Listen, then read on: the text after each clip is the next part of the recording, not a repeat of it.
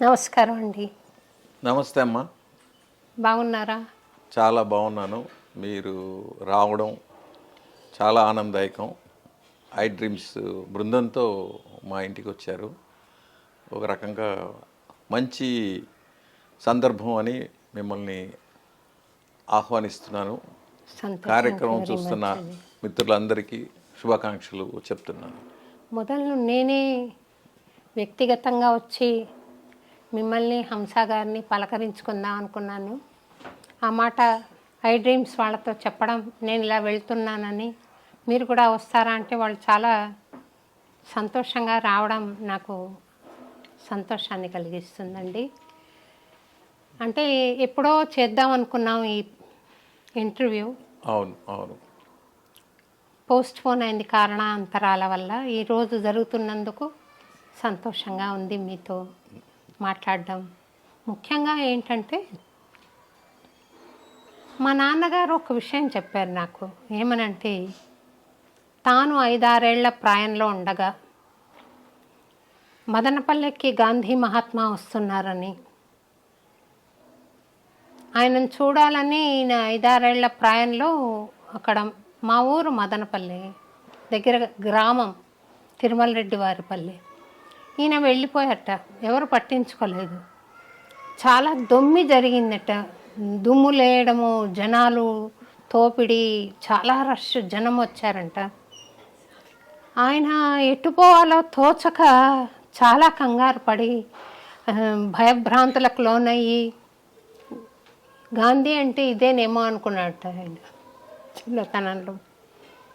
సరిగ్గా అలాంటి పరిస్థితే ఇప్పుడు కూడా ఉందేమో అని నాకు అనిపిస్తుందండి.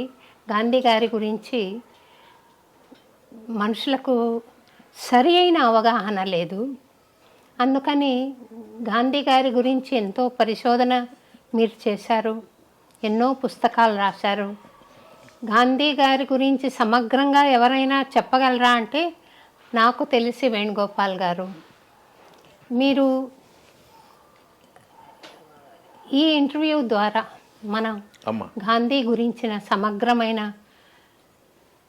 వివరాలు అందజేస్తే కనీసం ఇప్పుడున్న యువత, భావి భారత పౌరులు కూడా గాంధీ గురించి తెలుసుకోవడానికి ఇదొక రెఫరెన్స్ ఇంటర్వ్యూగా ఉండాలి అని నేను సంకల్పించి మీ దగ్గరకు వచ్చానండి. అమ్మ, చాలా చాలా సంతోషం. మీరు ఎంతో ప్రేమగా, అభిమానంతో నా ఒక 7-8 ఏళ్ళుగా చేస్తున్న కృషిని దగ్గరగా పరిశీలించి మీరు చెప్తున్నారు. ఎప్పటికప్పుడు మీ తపన, వేదన కూడా మనం చాలాసార్లు టెలిఫోన్లో పంచుకున్నాము. మీ అభిమానానికి, అలాగే గాంధీ గురించి నలుగురికి చెప్పాలి రాబోయే తరాలకి, మరీ ముఖ్యంగా ఇప్పటి యువతరానికి లేదా రేపటి యువతరానికి అని మీరు సంకల్పించడం చాలా చాలా ఆనందదాయకంగా ఉంది. ఎందుకంటే గాంధీ గురించి ఇంత ఆలోచన చేస్తున్నప్పుడు వేదన కలుగుతుంది.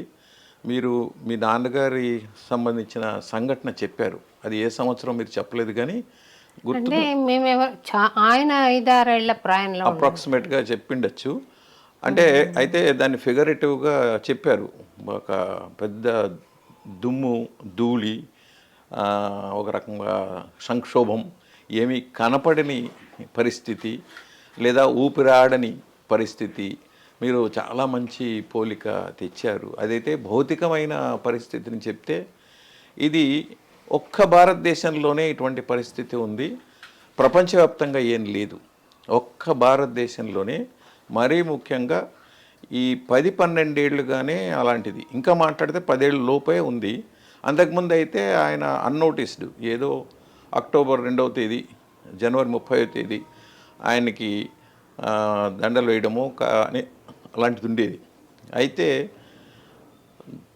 గత దశాబ్దంలో ధోరణి ఏంటంటే దూషణ.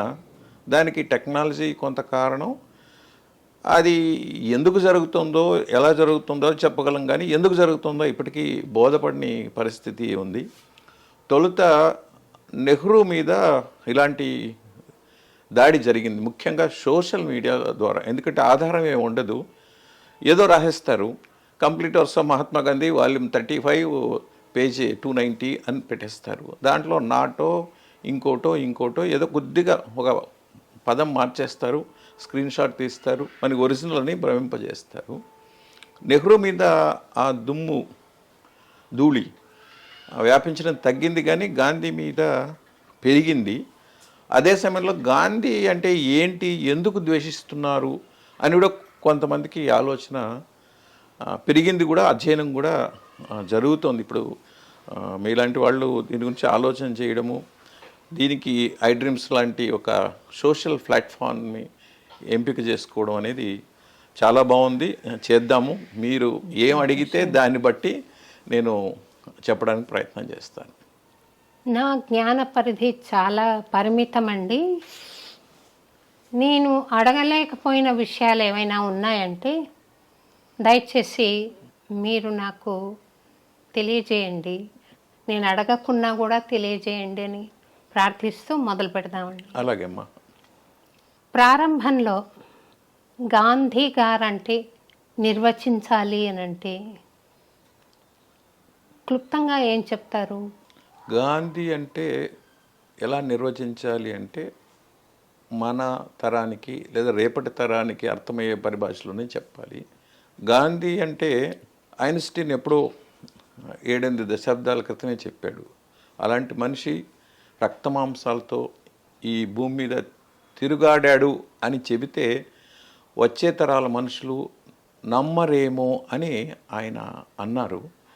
ఎందుకంటే మహాత్మా గాంధీ పోరాటం చేసిన ఆ పీరియడ్ చూస్తే మొదటి ప్రపంచ యుద్ధం, రెండో ప్రపంచ యుద్ధం మధ్యలో భారత సంగ్రామం జరిగింది. మొదటి ప్రపంచ యుద్ధం దాకా ఆయన దక్షిణాఫ్రికాలో ఉన్నారు, విజయం సాధించి వచ్చారు. 1915 జనవరి 9 భారతదేశానికి వచ్చారు. అదే ప్రవాసీ దివస్గా ఇప్పుడు మనం సెలబ్రేట్ చేసుకుంటాం. ప్రవాసీ దివస్ అని గొప్పగా సెలబ్రేట్ చేసుకుంటాం. దానికి గాంధీతో అనుబంధం ఉందని చాలా తక్కువ మందికి తెలుసు. అంటే విదేశాల్లో విజయం సాధించి మన దేశ కీర్తి పతాకాన్ని రెపరెపలాడించి మళ్ళీ సొంత దేశానికి, సొంత దేశ అభివృద్ధికి రావడం అనే దానికి ఒక సింబల్గా మనం కొన్ని సంవత్సరాలుగా భారత ప్రభుత్వం పెద్ద ఎత్తున చేసుకుంటుంది. అయితే గాంధీ అనే వ్యక్తి నిజానికి వ్యక్తి కాదు, మహాశక్తి. శక్తి అంటే అన్ని మతాలు, భారతదేశంలోని అన్ని మతాలు చెప్పే సుగుణాల ఆయన పోగు. మీరు హిందూ మతం కానీ, క్రిస్టియానిటీ కానీ, ఇస్లాం కానీ, జోరాస్ట్రియన్ కానీ, బుద్ధిజం కానీ, జైనిజం కానీ, లేదా వాళ్ళ అమ్మగారు పాటించిన ప్రణామి విధానం కానీ, వాటన్నిటిలోని సుగుణాలను పోతబోసిన మనిషి అని మనం తీసుకోవచ్చు. రామో విగ్రహాన్ ధర్మ అని రాముడి గురించి చెప్తారు. రాముడు అంటే ఎవరు అంటే ధర్మాన్ని ఒక రూపం ఇస్తే ఆయనే రాముడు అన్నట్టు. ఆయనకి సత్యము, ధర్మము, సహనము, క్షమ, ప్రేమ, ఔదార్యము, సహనము ఇలాంటి అన్ని సుగుణాలు, అంటే మానవులు అని చెప్పడానికి ఏ కారణాలైతే, ఏ లక్షణాలైతే మనం అనుకుంటామో వాటన్నిటికీ ఆయన ప్రతిరూపం. ఆధునిక పరిభాషలో చెప్పాలంటే సైన్సు, టెక్నాలజీ పరంగా వీటిని మనం చెప్పలేం. ఒకే తల్లికి 4 పిల్లలుంటే ఒకడు ప్రేమగా ఉంటాడు, ఒకడు కోపిష్టిగా ఉంటాడు, ఒకడు ఇంకో రకంగా ఉంటాడు. ఇది వాళ్ళ డిఎన్ఏ కానీ, వాళ్ళ రక్తం కానీ, ఇంకోటి గుండె కొట్టుకునే విధానం కానీ చెబుతుందనే స్థాయి పరిస్థితి ప్రస్తుతానికి లేదు. ముందు వస్తుందేమో తెలీదు. కనుక మానవీయము అనుకునే లక్షణాలన్నిటికీ ఆయన ప్రతిరూపం. మనంలో శోధించే కొద్దీ ఆయన కొత్త వ్యక్తిగా మనకు దర్శనమిస్తారు. అయితే గుడ్డిగా ప్రేమించమనో, గౌరవించమనో, పూజించమని నేనేం భావించడం లేదు. మీరు ఆలోచన చేసే ముందు లేదా తిరస్కరించే ముందు మీరు ఏం చెప్పారో మీరు చూడండి, తర్వాత స్వీకరించండి. ఎందుకంటే ఆయన పద్ధతిలో శత్రువు కూడా బాగుపడాలనే పద్ధతిలో ఆయన ఆలోచన చేశాడు. అందుకని దేశభక్తికి ఆయన చెప్పే నిర్వచనం చాలా గొప్పది. పొరుగు దేశం వాళ్ళు కూడా మన దేశభక్తి అనే భావంతో ఇబ్బంది పడకూడదు.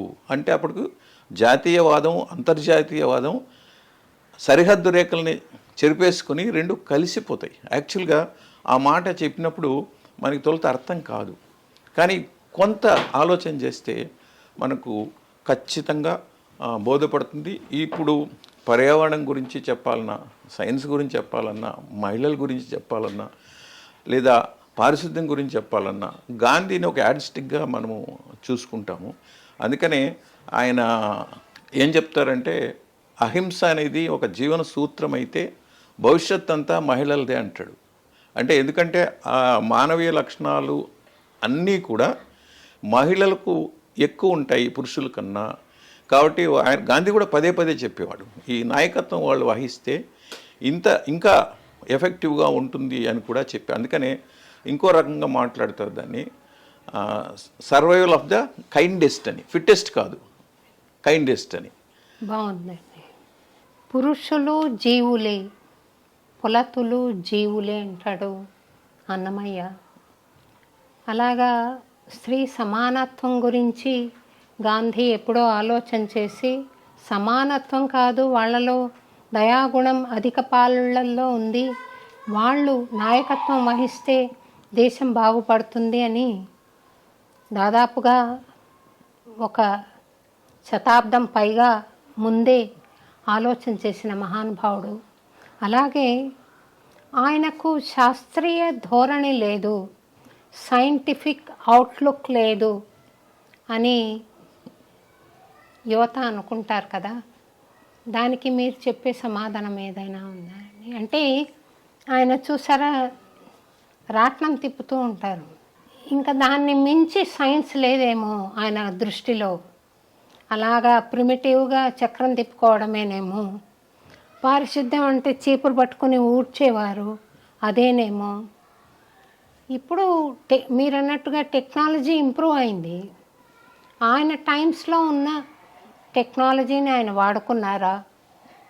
ఫ్యూచరిస్టిక్ వ్యూ పాయింట్ టెక్నాలజీ గురించి ఏముంటుంది గాంధీ గారికి?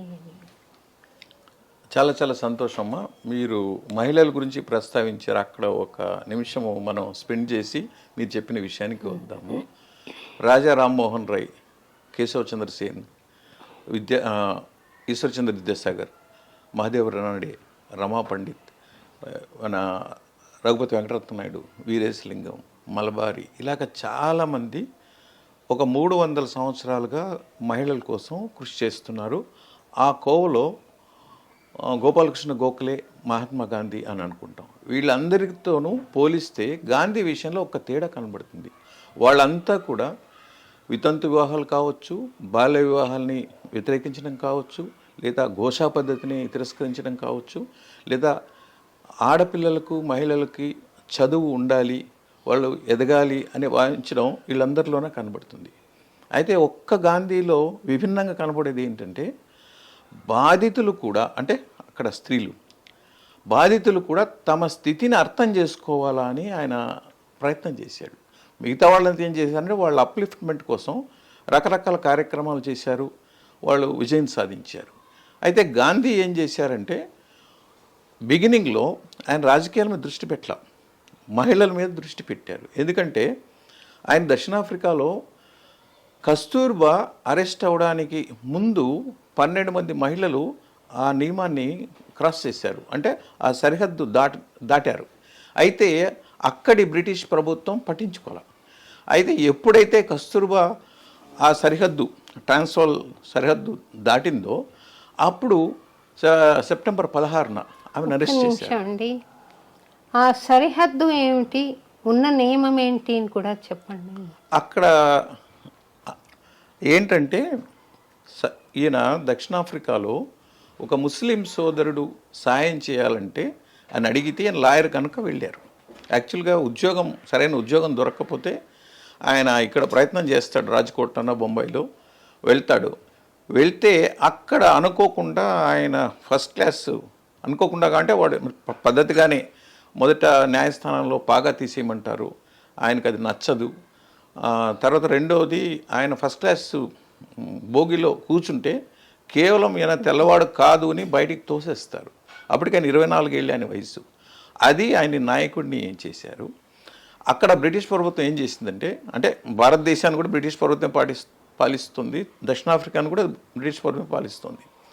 వాళ్ళు ఏం చేశారంటే క్రైస్తవ మత విధానంలో అయిన పెళ్ళిళ్ళకి మాత్రమే చట్టబద్ధత ఉంది, మిగతా వాటికి చట్టబద్ధత లేదు అని ఒక పద్ధతి నియమము చేశారు.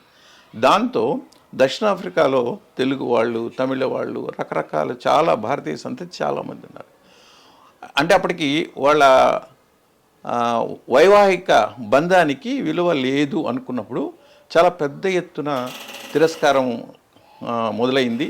అందులో భాగంగానే వాళ్ళు ఈ నియమాలు ఉన్నప్పుడు వాళ్ళు విభేదించినప్పుడు స్త్రీలు పాల్గొన్నప్పుడు ఏంటంటే పురుషుల దగ్గర అయితే పోలీసులు కఠినంగా ఉండేవాళ్ళు, స్త్రీల దగ్గర అయితే కొంచెం సాఫ్ట్గా ఉండేవాళ్ళు. అది కూడా మన జాగ్రత్తగా చూస్తే గాంధీ ఆమెని పాల్గొమని అడగడు, మిగతా వాళ్ళందరికీ చెప్తూ ఉంటాడు, వాళ్ళు పాల్గొంటూ ఉంటారు.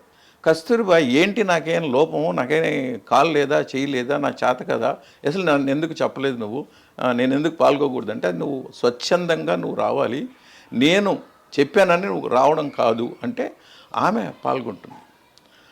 అది శ్రీకారం. అంటే స్త్రీలని ఇన్వాల్వ్ చేస్తే పెద్ద ఎత్తున చేరితే జైళ్ళలో అధికారులు కూడా రూల్స్ రిలాక్స్ చేశారు. అక్కడ వాళ్ళు వెళ్ళినాక మొత్తం వాతావరణం మారిపోయింది. ఇంకోటి ఏం చెప్తారంటే స్త్రీ ఉద్యమంలో పాల్గొంటే ఆమె భర్తను కానీ పిల్లల్ని కానీ కన్విన్స్ చేసే అవసరం లేదు. అదే పురుషుడు పాల్గొంటే మళ్ళీ ఆయన భార్యకు ఆయన పిల్లలకి మనం చెప్పాలి. ఇది ఆయనకు బాగా తెలుసు. అందుకనే ఒక దశలో అయితే కస్తూరిబా గాంధీ కన్నా ప్రమాదకారి అని 32లో అనుకొని ఆమెను అరెస్ట్ చేస్తారు. అది అంత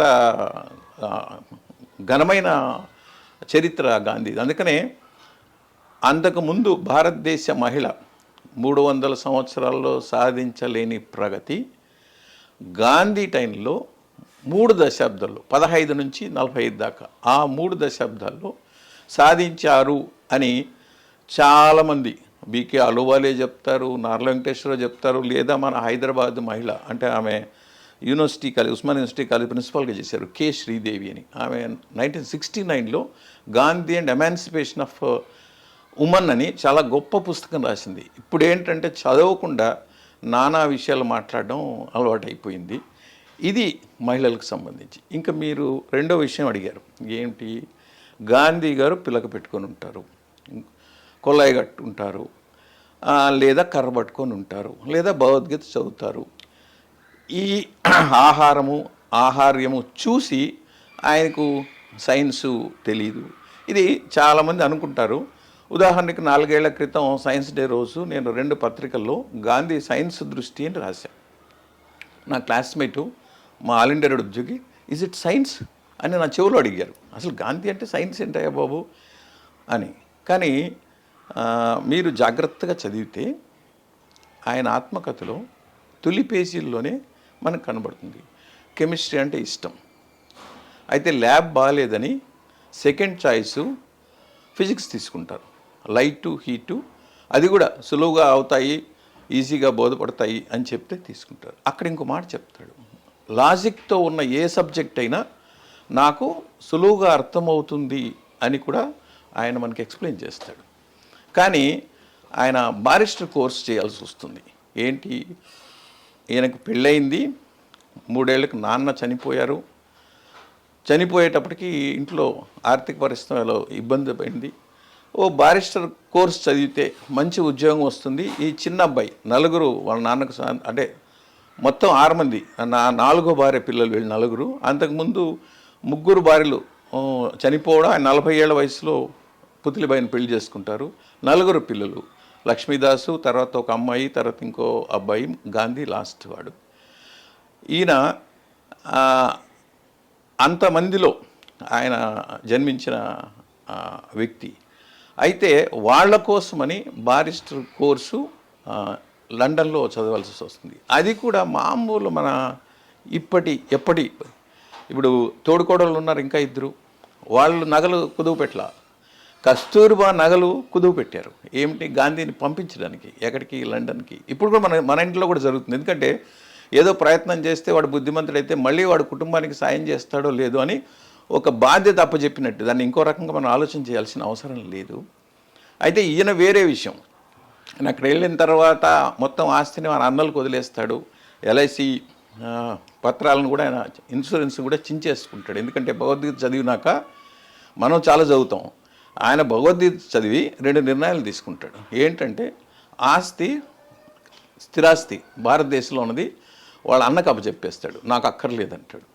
రెండవది ఆయన దగ్గర ఉన్న ఇన్సూరెన్స్ కాగితాలు చించేస్తాడు. మనం భగవద్గీత చదువుతాం, మనం ఏం అర్థం తీసుకుంటాం. ఇంక మీరు సైన్స్ గురించి మాట్లాడుతున్నారు కనుక మీకు ఒక ఎగ్జాంపుల్ చెప్పాను, కెమిస్ట్రీ, ఫిజిక్స్ అని. చాలా చిన్న విషయాలు. ఆయన గాంధీ సైన్స్ గురించి అసలు పట్టించుకున్నాడా అంటే మనకు చాలా చాలా ఆశ్చర్యం కలుగుతుంది. కానీ 1921 నుంచి 29 దాకా చర్కాను టెక్నాలజికల్గా ఎట్లా ఇంప్రూవ్ చేయాలా అని అంతర్జాతీయంగా ఆయన కాంపిటీషన్ కండక్ట్ చేశాడు. 5,000 రూపాయలతో మొదలయ్యి 1,00,000 రూపాయల దాకా. అంటే 100 ఏళ్ల క్రితం 5,000 అంటే ఎంత మొత్తం మీకు తెలుసు, 1,00,000 అంటే ఎంత తెలుసు. ఆయన నిజానికి ఇలాంటి బహుమతి ఇవ్వడానికి వ్యతిరేకం గాంధీ. అయితే ఆయన ఏమంటాడంటే జగదీష్ చంద్రబోస్ వైర్లెస్లో లేదా పీసీ రే ఇండస్ట్రియల్కి సంబంధించి, కెమిస్ట్రీ సంబంధించి ఎంత వర్క్ చేశాడో, లేదా సివి రామన్ లైట్ గురించి ఎంత వర్క్ చేశాడో, చర్కాకు సంబంధించి కూడా అంత వర్క్. అంటే చర్కా సింబాలిక్ అంతే. అంటే భారతదేశంలో వ్యవసాయం తర్వాత ఎక్కువ మంది పాటించే ఉపాధి చేనేత. ఆ ఉద్దేశంతో ఆయన తీసుకున్నాడు. చర్కా అనేది ఒక ఐడియల్, చర్కా అనేది ఒక భావన. అందుకని మీకు చాలా విషయాలు మనకు కనబడతాయి. ఆయన 1925 అనుకుంటా టిబ్బా కాలేజ్ అనే ఆయుర్వేద కాలేజీలో ఓ పెద్ద ప్రసంగం చేసి డాక్టర్లకి ఇప్పుడులాగే ఆయుర్వేదం పలానా వైద్యం తీసుకుంటే పురుషత్వం పెరుగుతుంది అన్నట్టు ప్రకటనలు ఇస్తే అది తప్పు ఆయన విభేదించాడు.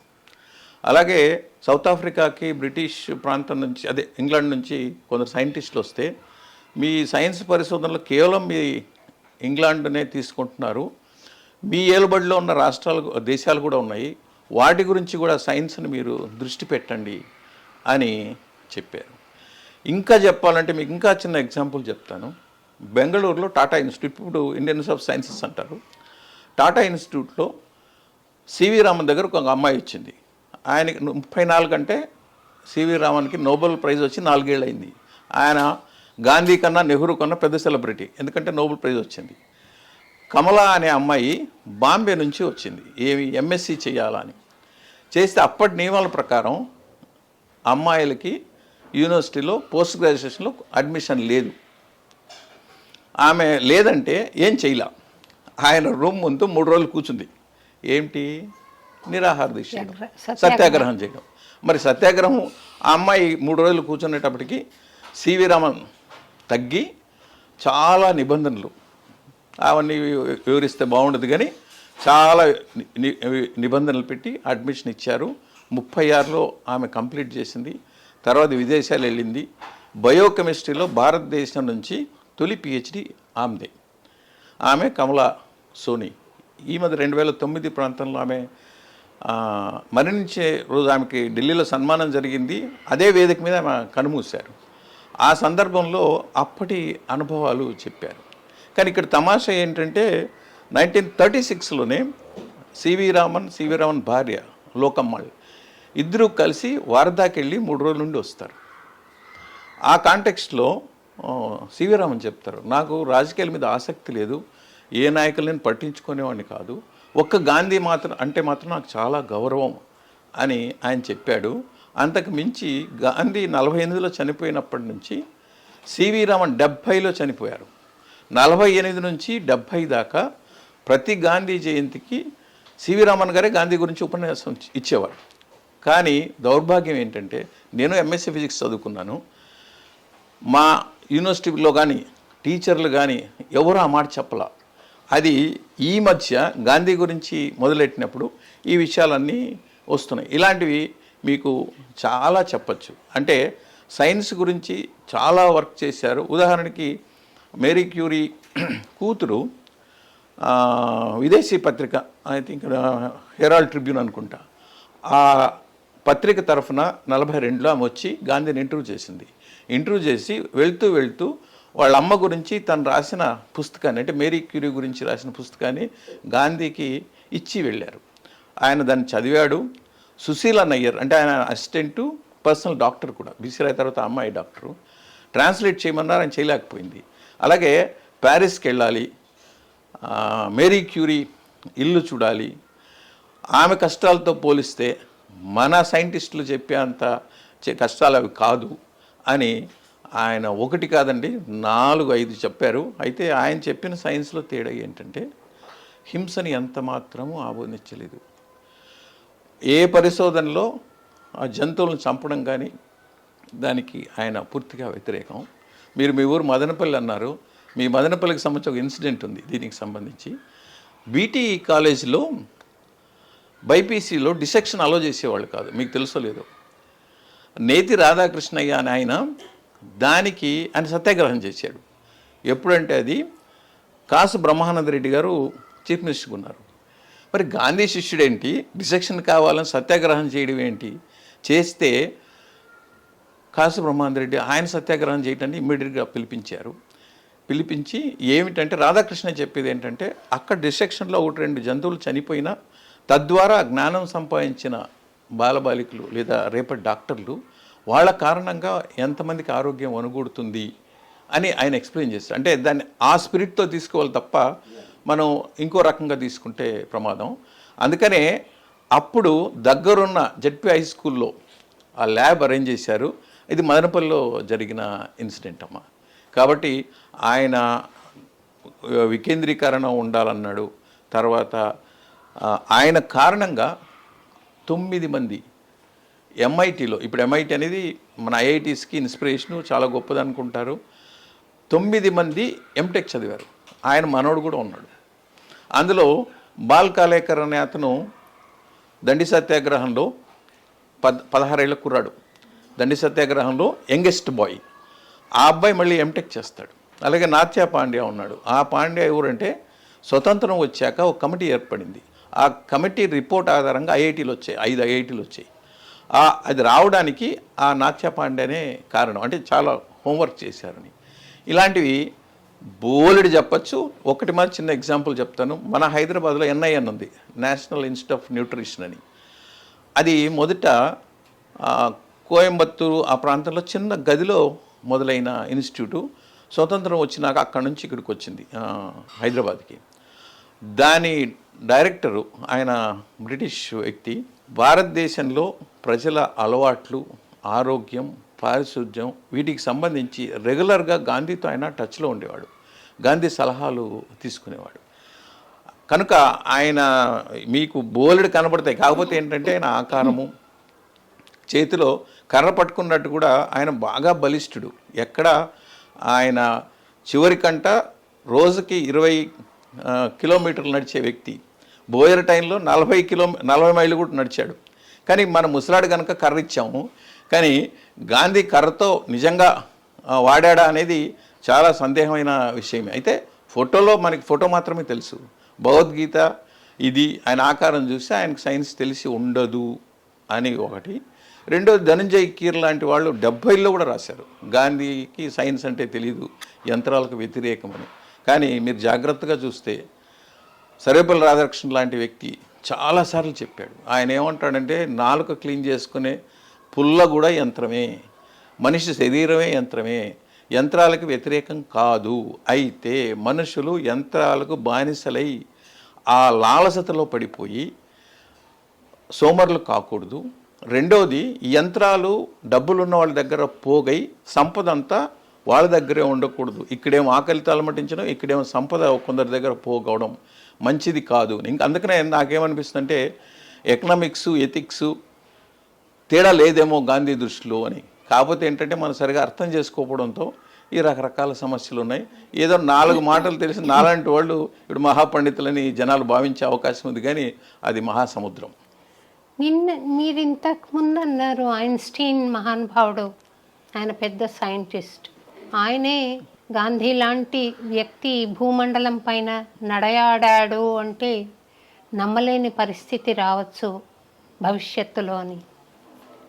అటువంటి మహానుభావుడు, అటువంటి సైంటిస్ట్లో అగ్రగామి ఆయన. అటువంటి సైంటిస్టే ఆయన గురించి అటువంటి అభిప్రాయం వ్యక్తపరిచాడు. రెండవది, నేను అట్లాంటా కాన్సర్ట్స్కి వెళ్ళినప్పుడు అక్కడ వర్క్షాప్ కండక్ట్ చేశాను. వాళ్ళు నాకు అక్కడ మార్టిన్ లూథర్ కింగ్ జూనియర్ ఆయన మెమోరియల్ ఉంది అక్కడ తీసుకెళ్ళి చూపించారు నాకు. పక్కనే ఒక చర్చ్ కూడా ఉంది. ఆయన స్పీచ్లు ఇస్తున్న ఆయన ఏమన్నాడు, నాకు గాంధీ ఆదర్శము అని ఆయనను సాక్షాత్తు దేవుడిగా పూజించాడు మార్టిన్ లూథర్ కింగ్. రెండోది, నేను అక్కడ చాలాసేపు గడిపానండి. అక్కడ మహాత్మా గాంధీ విగ్రహం చూసి నాకు కళ్ళల్లో నీళ్ళు వచ్చాయి. ఈ మహానుభావుడు ఇక్కడ చోటు చేసుకున్నాడు, నా సొంత దేశంలో నా వాళ్ళు నిరసిస్తున్నారు అనే బాధ కలిగింది. నెల్సన్ మండేలా విప్లవకారుడు, విప్లవ నాయకుడు. ఆయన గాంధీ గురించి ఎంతో అద్భుతమైన భావాలు వ్యక్తం చేశాడు. ఆయనకు స్ఫూర్తి కూడా మహాత్మా గాంధీ. అవును. ఇలా ప్రపంచ నాయకులకు ఎంతమందికో ఆయన నాయకుడు. అంతెందుకు, మన ఇప్పటి ప్రధాని మోడీ గారు కూడా గాంధీ అంటే చాలా భక్తి శ్రద్ధలున్నవారు. ఆయన వర్ధంతికి కానీ జయంతికి కానీ గాంధీ ఘాట్కి వెళ్ళి అక్కడ తన శ్రద్ధాంజలి సమర్పించడం మనం టీవీలో చూస్తూనే ఉంటాము. అటువంటి మహానుభావుణ్ణి, మనకు స్వేచ్ఛా వాయువులు అందజేసిన మహానుభావుణ్ణి, అంతవరకు బ్రిటిష్ వాళ్ళ బంధాల్లో చిక్కుకున్న భారతదేశానికి స్వేచ్ఛా వాయువు ప్రసాదించిన అవతారమూర్తిని ఎలా చంపాలనిపించింది గాడ్సేకి? అమ్మ, మీరు అక్కడ వెళ్ళారు, గాంధీ విగ్రహం చూశారు, మార్టిన్ లూథర్ కింగ్ జూనియర్. అంటే చాలా సందర్భాల్లో గాంధీ ఇప్పటికీ ఆదరణీయంగా మారారు. చాలా పెద్ద ఎత్తున అది వెళ్తోంది. ఇప్పుడున్న సమాచారం ప్రకారం క్రిస్టియానిటీ తర్వాత ఎక్కువ పుస్తకాలు గాంధీ అనే సబ్జెక్ట్ మీదే ఉన్నాయి ప్రపంచంలో. పుస్తకాలు ఉన్నాయంటే ఆసక్తి ఉంది అని. ఇక భారతదేశం అంటారా, భారతదేశంలో ఆయన గుజరాతీ వ్యక్తి, ఒక కోమటి, లేదా నెహ్రూని ప్రధానమంత్రిగా చేశారు, పటేల్ని ప్రధానమంత్రి చేయలేదు, లేదా భగత్ సింగ్, నేతాజీ, ఇంకోటి సద్బ్రాహ్మణుడేమోనండి. మీరు కోమటి అన్నారు కానీ కులరీత్యా ఆయన వంశవృక్షాన్ని చూసినాక నేను చెప్తున్నాను. ఇక్కడ సద్గుణాలు బట్టి చూస్తే మీరు ఏమైనా చెప్పొచ్చు. ఆయన అయితే విశ్వమానవుడు అని నేను అనుకుంటాను. ఈయన ఎందుకంటున్నా అంటే, మనకు రాజాజీ వియ్యంకుడు ఇలాగా, లేదా పటేల్ని ప్రధాని చేసింటే ఆయన గుజరాతీ కాబట్టి ఇంకో గుజరాతీని చేశాడని కూడా అని ఉంటారు, లేదా రాజాజీని చేసి ఉంటే రాజాజీ వియ్యంకుడు కాబట్టి అని ఉంటారు. ఇవి మాట్లాడడానికి బోలెడు ఉంటాయి. అయితే బయటి ప్రపంచానికి మాత్రం ఆయన ఒక భారతీయుడు. ఆ భారతీయుడు ఏంటంటే అహింస అనే సాధనాన్ని ఇచ్చినవాడు. ఎందుకంటే అహింస అనే సాధనాన్ని ఇచ్చాడంటే, ఇదివరకే మనం అనుకున్నాం, మొదటి ప్రపంచ యుద్ధం, రెండో ప్రపంచ యుద్ధం మధ్య ఆయన పోరాటం సాగింది. మొదటి ప్రపంచ యుద్ధానికి రెండో ప్రపంచ యుద్ధానికి తేడా ఏంటంటే టెక్నాలజీ.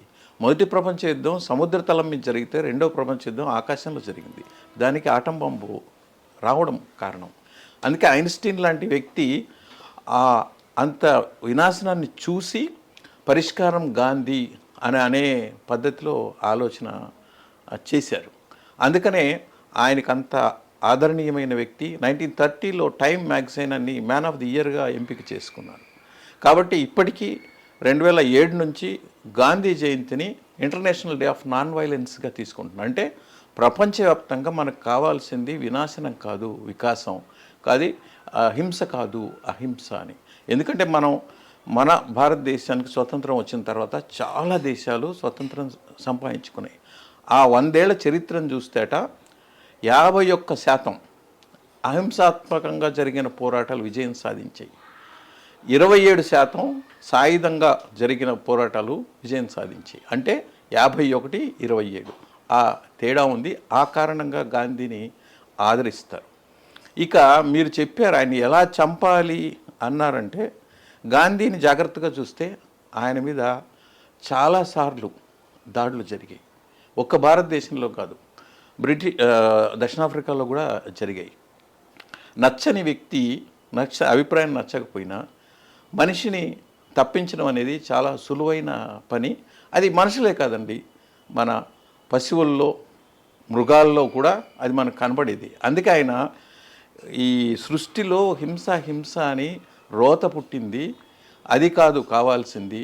అందుకని ఆయన ఏమాత్రం నష్టం జరగకూడదు, శత్రువు కూడా బాగుండాలా అనే దీంతో ఆయన కృషి చేశాడు. ఇక మీరు చెప్తున్నది ఏంటంటే, భారతదేశంలో గాంధీ రావడానికి ముందే అంటే 1905 నుంచే ఈ హిందూ ముస్లిం విభేదాలు తారాస్థాయిలో ఉన్నాయి. ఆయన వాటి గురించే ఎక్కువ కృషి చేశారంటే సామరస్యం కోసం.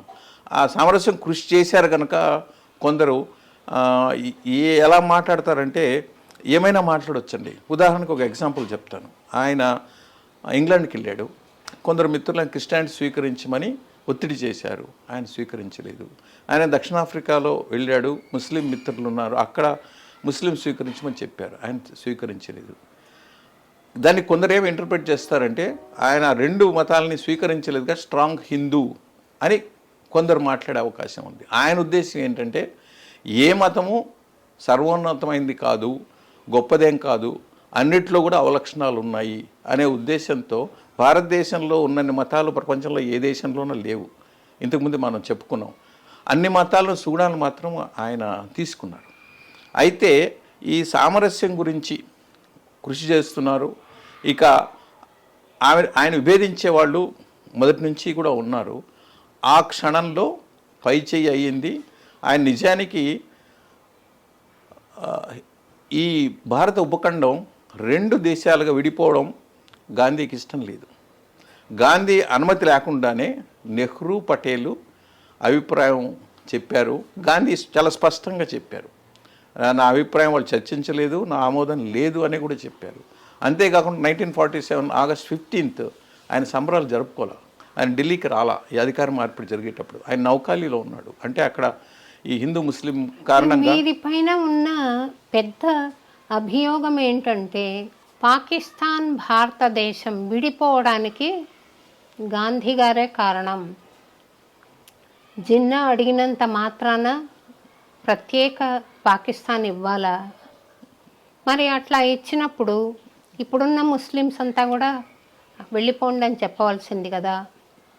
వాళ్ళకి పాక్షికంగా ఉన్నారు. ఈయన పక్షపాత వైఖరి వహించారు ముస్లిమ్స్ పట్ల. భారతదేశానికి చాలా ఘోరమైన అన్యాయం చేశారు అంటున్నారండి. అంటే చాలా రకాలు మాట్లాడతారండి. గాంధీ కారణంగానే స్వతంత్రం ఆలస్యంగా వచ్చిందని కూడా మాట్లాడేవాళ్ళు ఉన్నారు. ఇప్పుడు పాకిస్తాన్గా పిలువబడే ప్రాంతంలో ఉన్న అప్పుడు హిందువులు ఎంతమంది, ముస్లింలు ఎంతమంది, దాంతో పోలిస్తే ఇప్పుడు భారతదేశం అనుకున్న ప్రాంతంలో ఉన్న హిందువులు ఎంతమంది, ముస్లిమ్స్ ఎంతమంది. ఈ ముస్లిమ్స్ అంతా అక్కడ వెళ్తే అక్కడ ప్లేస్ ఉండదు. అక్కడ హిందువులు వస్తే ఇక్కడ అవకాశం ఉండొచ్చు, కానీ ఇక్కడ వెళ్తే లేదు. ఎందుకంటే ఈ భారత భూభాగం అంత పెద్దది. ఆయన నిజానికి ఆయన ఏమాత్రం ఆయనకి ఇష్టం లేదు. నిజానికి 1948 ఫిబ్రవరి మొదటి వారంలో ఆయన లాహోర్కి కాలినడకన వెళ్ళాలా అని ప్రయత్నం చేశారు. వెళ్ళి ఉంటే ఆయన సాధించుకొని వచ్చిండేవాడు. ఆయన బ్రిటిష్ వాళ్ళకి చెప్తూనే ఉన్నాడు, మీరు వెళ్ళిపోండ్రా, మేము చేసుకుంటాము, మేము పాలించుకుంటా. లేదు, వాళ్ళు ఏంటంటే మౌంట్ బాటన్ రావడము, ఆయన మహాపితులాటకం మనిషి, ఆయన విజయం సాధించాలి అనుకోవడం. అంతేకాదు, మన నైజాంతో పాటు 500 పైచీలకు 587 ఎన్నో సంస్థానాలు ఉన్నాయి. బనగానపల్లి కూడా ఒక సంస్థానమే. కార్వేటి నగరం ప్రాంతంలో కూడా అదే ఒక సంస్థానమే. అయితే పెద్దది వచ్చి తెలంగాణ, ఇప్పుడు నైజాం అంటున్నాం, అలాగే కాశ్మీరు. వీటన్నిటికీ స్వతంత్రం ఇచ్చేసినట్టు వాళ్ళు అనౌన్స్ చేశారు. మీకు తెలుసో లేదు, అది చాలామందికి ఆ విషయాలు తెలియకపోవచ్చు. అందుకనే నైజాం నేను స్వతంత్ర దేశంగానే తీసుకుంటాను, నాకు పోర్టు లేదు అని చెప్పి ఒకవైపు గోవా అంటే పోర్చుగీస్ వాళ్ళతో మాట్లాడడం, ఇటు బందర్ వైపు దాంట్లో భాగం కోసం ఆయన ప్రయత్నం చేయడం ఉంది. అందుకని వాళ్ళు ఏంటంటే సాధ్యమైనంత వరకు అనైక్యత పెట్టి వెళ్ళాలనే ఉద్దేశంతో వాళ్ళు ప్రయత్నం చేశారు, వాళ్ళు విజయం సాధించారు. అందువల్ల కానీ ఆయన ఏ రకంగానూ, అంతేకాదు ఆ విభజన ఉన్నప్పుడు మన దేశానికి ఇరువైపులా పెద్ద ఎత్తున హింస జరిగింది. ఒకటి కలకత్తా వైపు, ఇంకోటి పంజాబ్ వైపు. కలకత్తా వైపు ఈయన, అక్కడున్న బెంగాల్ ప్రెసిడెన్సీ చీఫ్ మినిస్టర్, అతను ముస్లిం, వాళ్ళిద్దరూ కాలినడకన ప్రాంతాలు తిరిగి ఏమాత్రము సైనికుల సహకారం లేకుండా చాలా హింసను ఆపారు. అయితే ఇక్కడ పంజాబ్ వైపు మన సైనికులు కూడా పెద్ద ఎత్తున చనిపోయారు, వాళ్ళు కూడా చనిపోయారు. నిజానికి భారత ప్రధానిగా ఫస్ట్ టైము గాంధీని కలిసినప్పుడు నెహ్రూ ఆల్మోస్ట్ ఏడ్చినంత పని చేస్తాడు. ఏంటి ఇలాగ అనుకున్నాము, ఇంత అన్యాయం జరిగింది, ఇంత హింస జరిగింది అని. ఇప్పుడు ఏంటంటే మనం ఏమైనా మాట్లాడవచ్చు. ఏంటంటే మనమున్న కాలము, పరిస్థితి, వీటిని చూసుకుని మనకున్న సౌలభ్యం చూసి వాళ్ళని మాట్లాడుతున్నాం. కానీ 70 ఏళ్ల క్రితం అప్పటి పరిస్థితి ఏంటి, బ్రిటిష్ వాళ్ళ కాలంలో మనకి ఎంత స్వేచ్ఛ ఉండేది, మన ఆర్థిక పరిస్థితి ఏంటి, మన అక్షరాస్యత ఏంటి, మన ఆయుర్దాయం ఏంటి. మన ఆయుర్దాయం 38 ఏళ్ళు స్వతంత్రం వచ్చినప్పుడు సగటు భారతీయుడు 38 ఏళ్ళు బతికేవాడు. దాంట్లోనే బాల్యము, పిల్లలు, పెళ్ళి, సంపాదన, చావు ఉండేది. కాబట్టి అక్కడి పరిస్థితి వేరు, ఇక్కడి పరిస్థితి. ఇప్పుడు మనకి వల్లమాలిన స్వేచ్ఛ ఉంది, ఎవరు ఏమైనా మాట్లాడవచ్చు. మరీ ముఖ్యంగా టెక్నాలజీ అరిచేతిలో మీకు సర్వ ప్రపంచాన్ని కావలసిన పద్ధతిలో చూపించే అవకాశం. మనకి ఔషధంలాగా ఇస్తే రుచించదు, ఉన్నది లేనట్టుగా, లేనది ఉన్నట్టుగా కూడా అదే నడుస్తుందమ్మా, అదే నడుస్తుంది. ఏఐ కూడా సహకరిస్తుంది, అదే నడుస్తుందమ్మా, అదే నడుస్తుంది. ఇప్పుడు ఈ మధ్య నిన్న చూశాను, ఆయన కారణంగా నాకు సినిమాలు తప్పిపోయాయి అని ఇంకో హీరో ఫోటో వేస్తున్నారు. మనం ఏం చేస్తామంటే ఆ హీరో ఏదో మతలబు చేశాడు, ఈ అమ్మాయికి అవకాశాలు పోయాయి. కానీ నిజానికి అది కాదు. ఆమె నాన్నగారికి సినిమాలు నటించడం ఇష్టం లేదు, చక్కగా పెళ్లి చేసుకుని వెళ్ళిపోని పంపించారు ఆయన. ఇది లోపల ఉన్న విషయం. మనకేం చెప్తారంటే అనుమానాస్పదంగా ఉండేట్టు హీరో మహాన్ని వేస్తారు. ఇది ఏంటంటే ఆ క్షణం ఆ టీఆర్పీ కోసమో, లైకుల కోసమో, వాళ్ళ పొదుపు కోసం. అలాగే పొట్టి సినిమాల మీద కూడా చాలా చెత్త మనకి సోషల్ మీడియాలో వస్తూ ఉంటుంది. నిజానికి చాలా చికాకు అనిపిస్తుంది.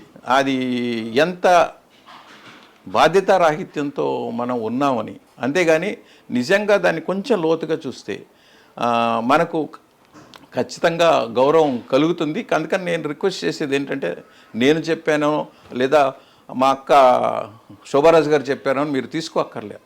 మీరు దయచేసి మీరు సెర్చ్ చేయండి. ఇప్పుడు టెక్నాలజీ ఉంది, నవజీవన్ ట్రస్ట్ వాళ్ళ వెబ్సైట్ ఉంది, గాంధీ విషయాలు బోలెడు ఉన్నాయి. ఇప్పుడు సైన్స్ గురించి అంటే శంభుప్రసాద్ గారి వ్యాసం అందులో ఉంది, అండర్స్టాండింగ్ ఆఫ్ సైన్స్ గాంధీ అని మీరు కొడితే అందులో వస్తుంది. కాకపోతే ఏంటంటే మనకి మహాబద్ధకం. కేవలం వాట్సాప్లో వచ్చింది. నేను వాట్సాప్ను కూడా అక్కడ టెక్నాలజీని దూషించడం లేదు, అది మన స్వభావం. అంటే ఓ రకం గాసిప్. మనం నలుగురు కూర్చుంటే అక్కడ లేని 5వ వ్యక్తి గురించి చెడు మాట్లాడడం మనకు అలవాటు అయిపోయింది. ఫేస్బుక్ కొత్తగా వచ్చినప్పుడు నా స్టూడెంట్స్ అడిగారండి నన్ను, మేడం మీరు ఫేస్బుక్లో నాకు ఫ్రెండ్ అవ్వండి అని. నాకు అప్పుడు సదభిప్రాయం లేదు. నేను అన్నాను, ఎందుకమ్మా, you are in my heart book, why do you need Facebook అని చెప్పాను. మళ్ళీ ఎందుకో వాళ్ళు బలవంత పెడితే నేను ఒకసారి చూశాను ఏంటిది అని. చూసి దాని స్కోప్ నాకు చాలా గొప్పగా అనిపించింది. టక్కని ప్రపంచమంతా ఒక విషయం చెప్పగలిగిన స్కోప్ ఉంది. నేను అది మనసులో పెట్టుకుని 2001లోనో 2005లోనో గుర్తులేదు సరిగా, యూఎస్ వెళ్ళినప్పుడు నేను ఫేస్బుక్లో ఉన్నాను యాక్టివ్గా, మీరందరూ నాకు ఫ్రెండ్స్ అవ్వచ్చు అని చెప్తే వాళ్ళు మొహాలు చూసుకుని ముసిముసి నవ్వులు నవ్వారు. ఆ రోజుల్లో ఫేస్బుక్ను I have headache, I'm taking coffee, did you see this movie, ఇంతకే పరిమితమై ఉందండి. తర్వాత నేను ఆ ఫేస్బుక్ను ఉపయోగించి అన్నమాచార్య న్యూస్ చెప్పడం కానీ, ఒక సందేశం ఇవ్వడం కానీ రాస్తూ వచ్చాను. దాని స్కోప్ అర్థం చేసుకోకుండా సోషల్ మీడియా ఎంత పవర్ఫుల్, దాన్ని పాజిటివ్గా వాడుకుంటే ఎంత అద్భుతంగా మనకు సహకరిస్తుంది, నెగిటివిటీ ఎంత తీవ్రంగా హింసిస్తుంది సమాజాన్ని అన్న లక్ష్యం లేకుండా వాడుకుంటున్నారు.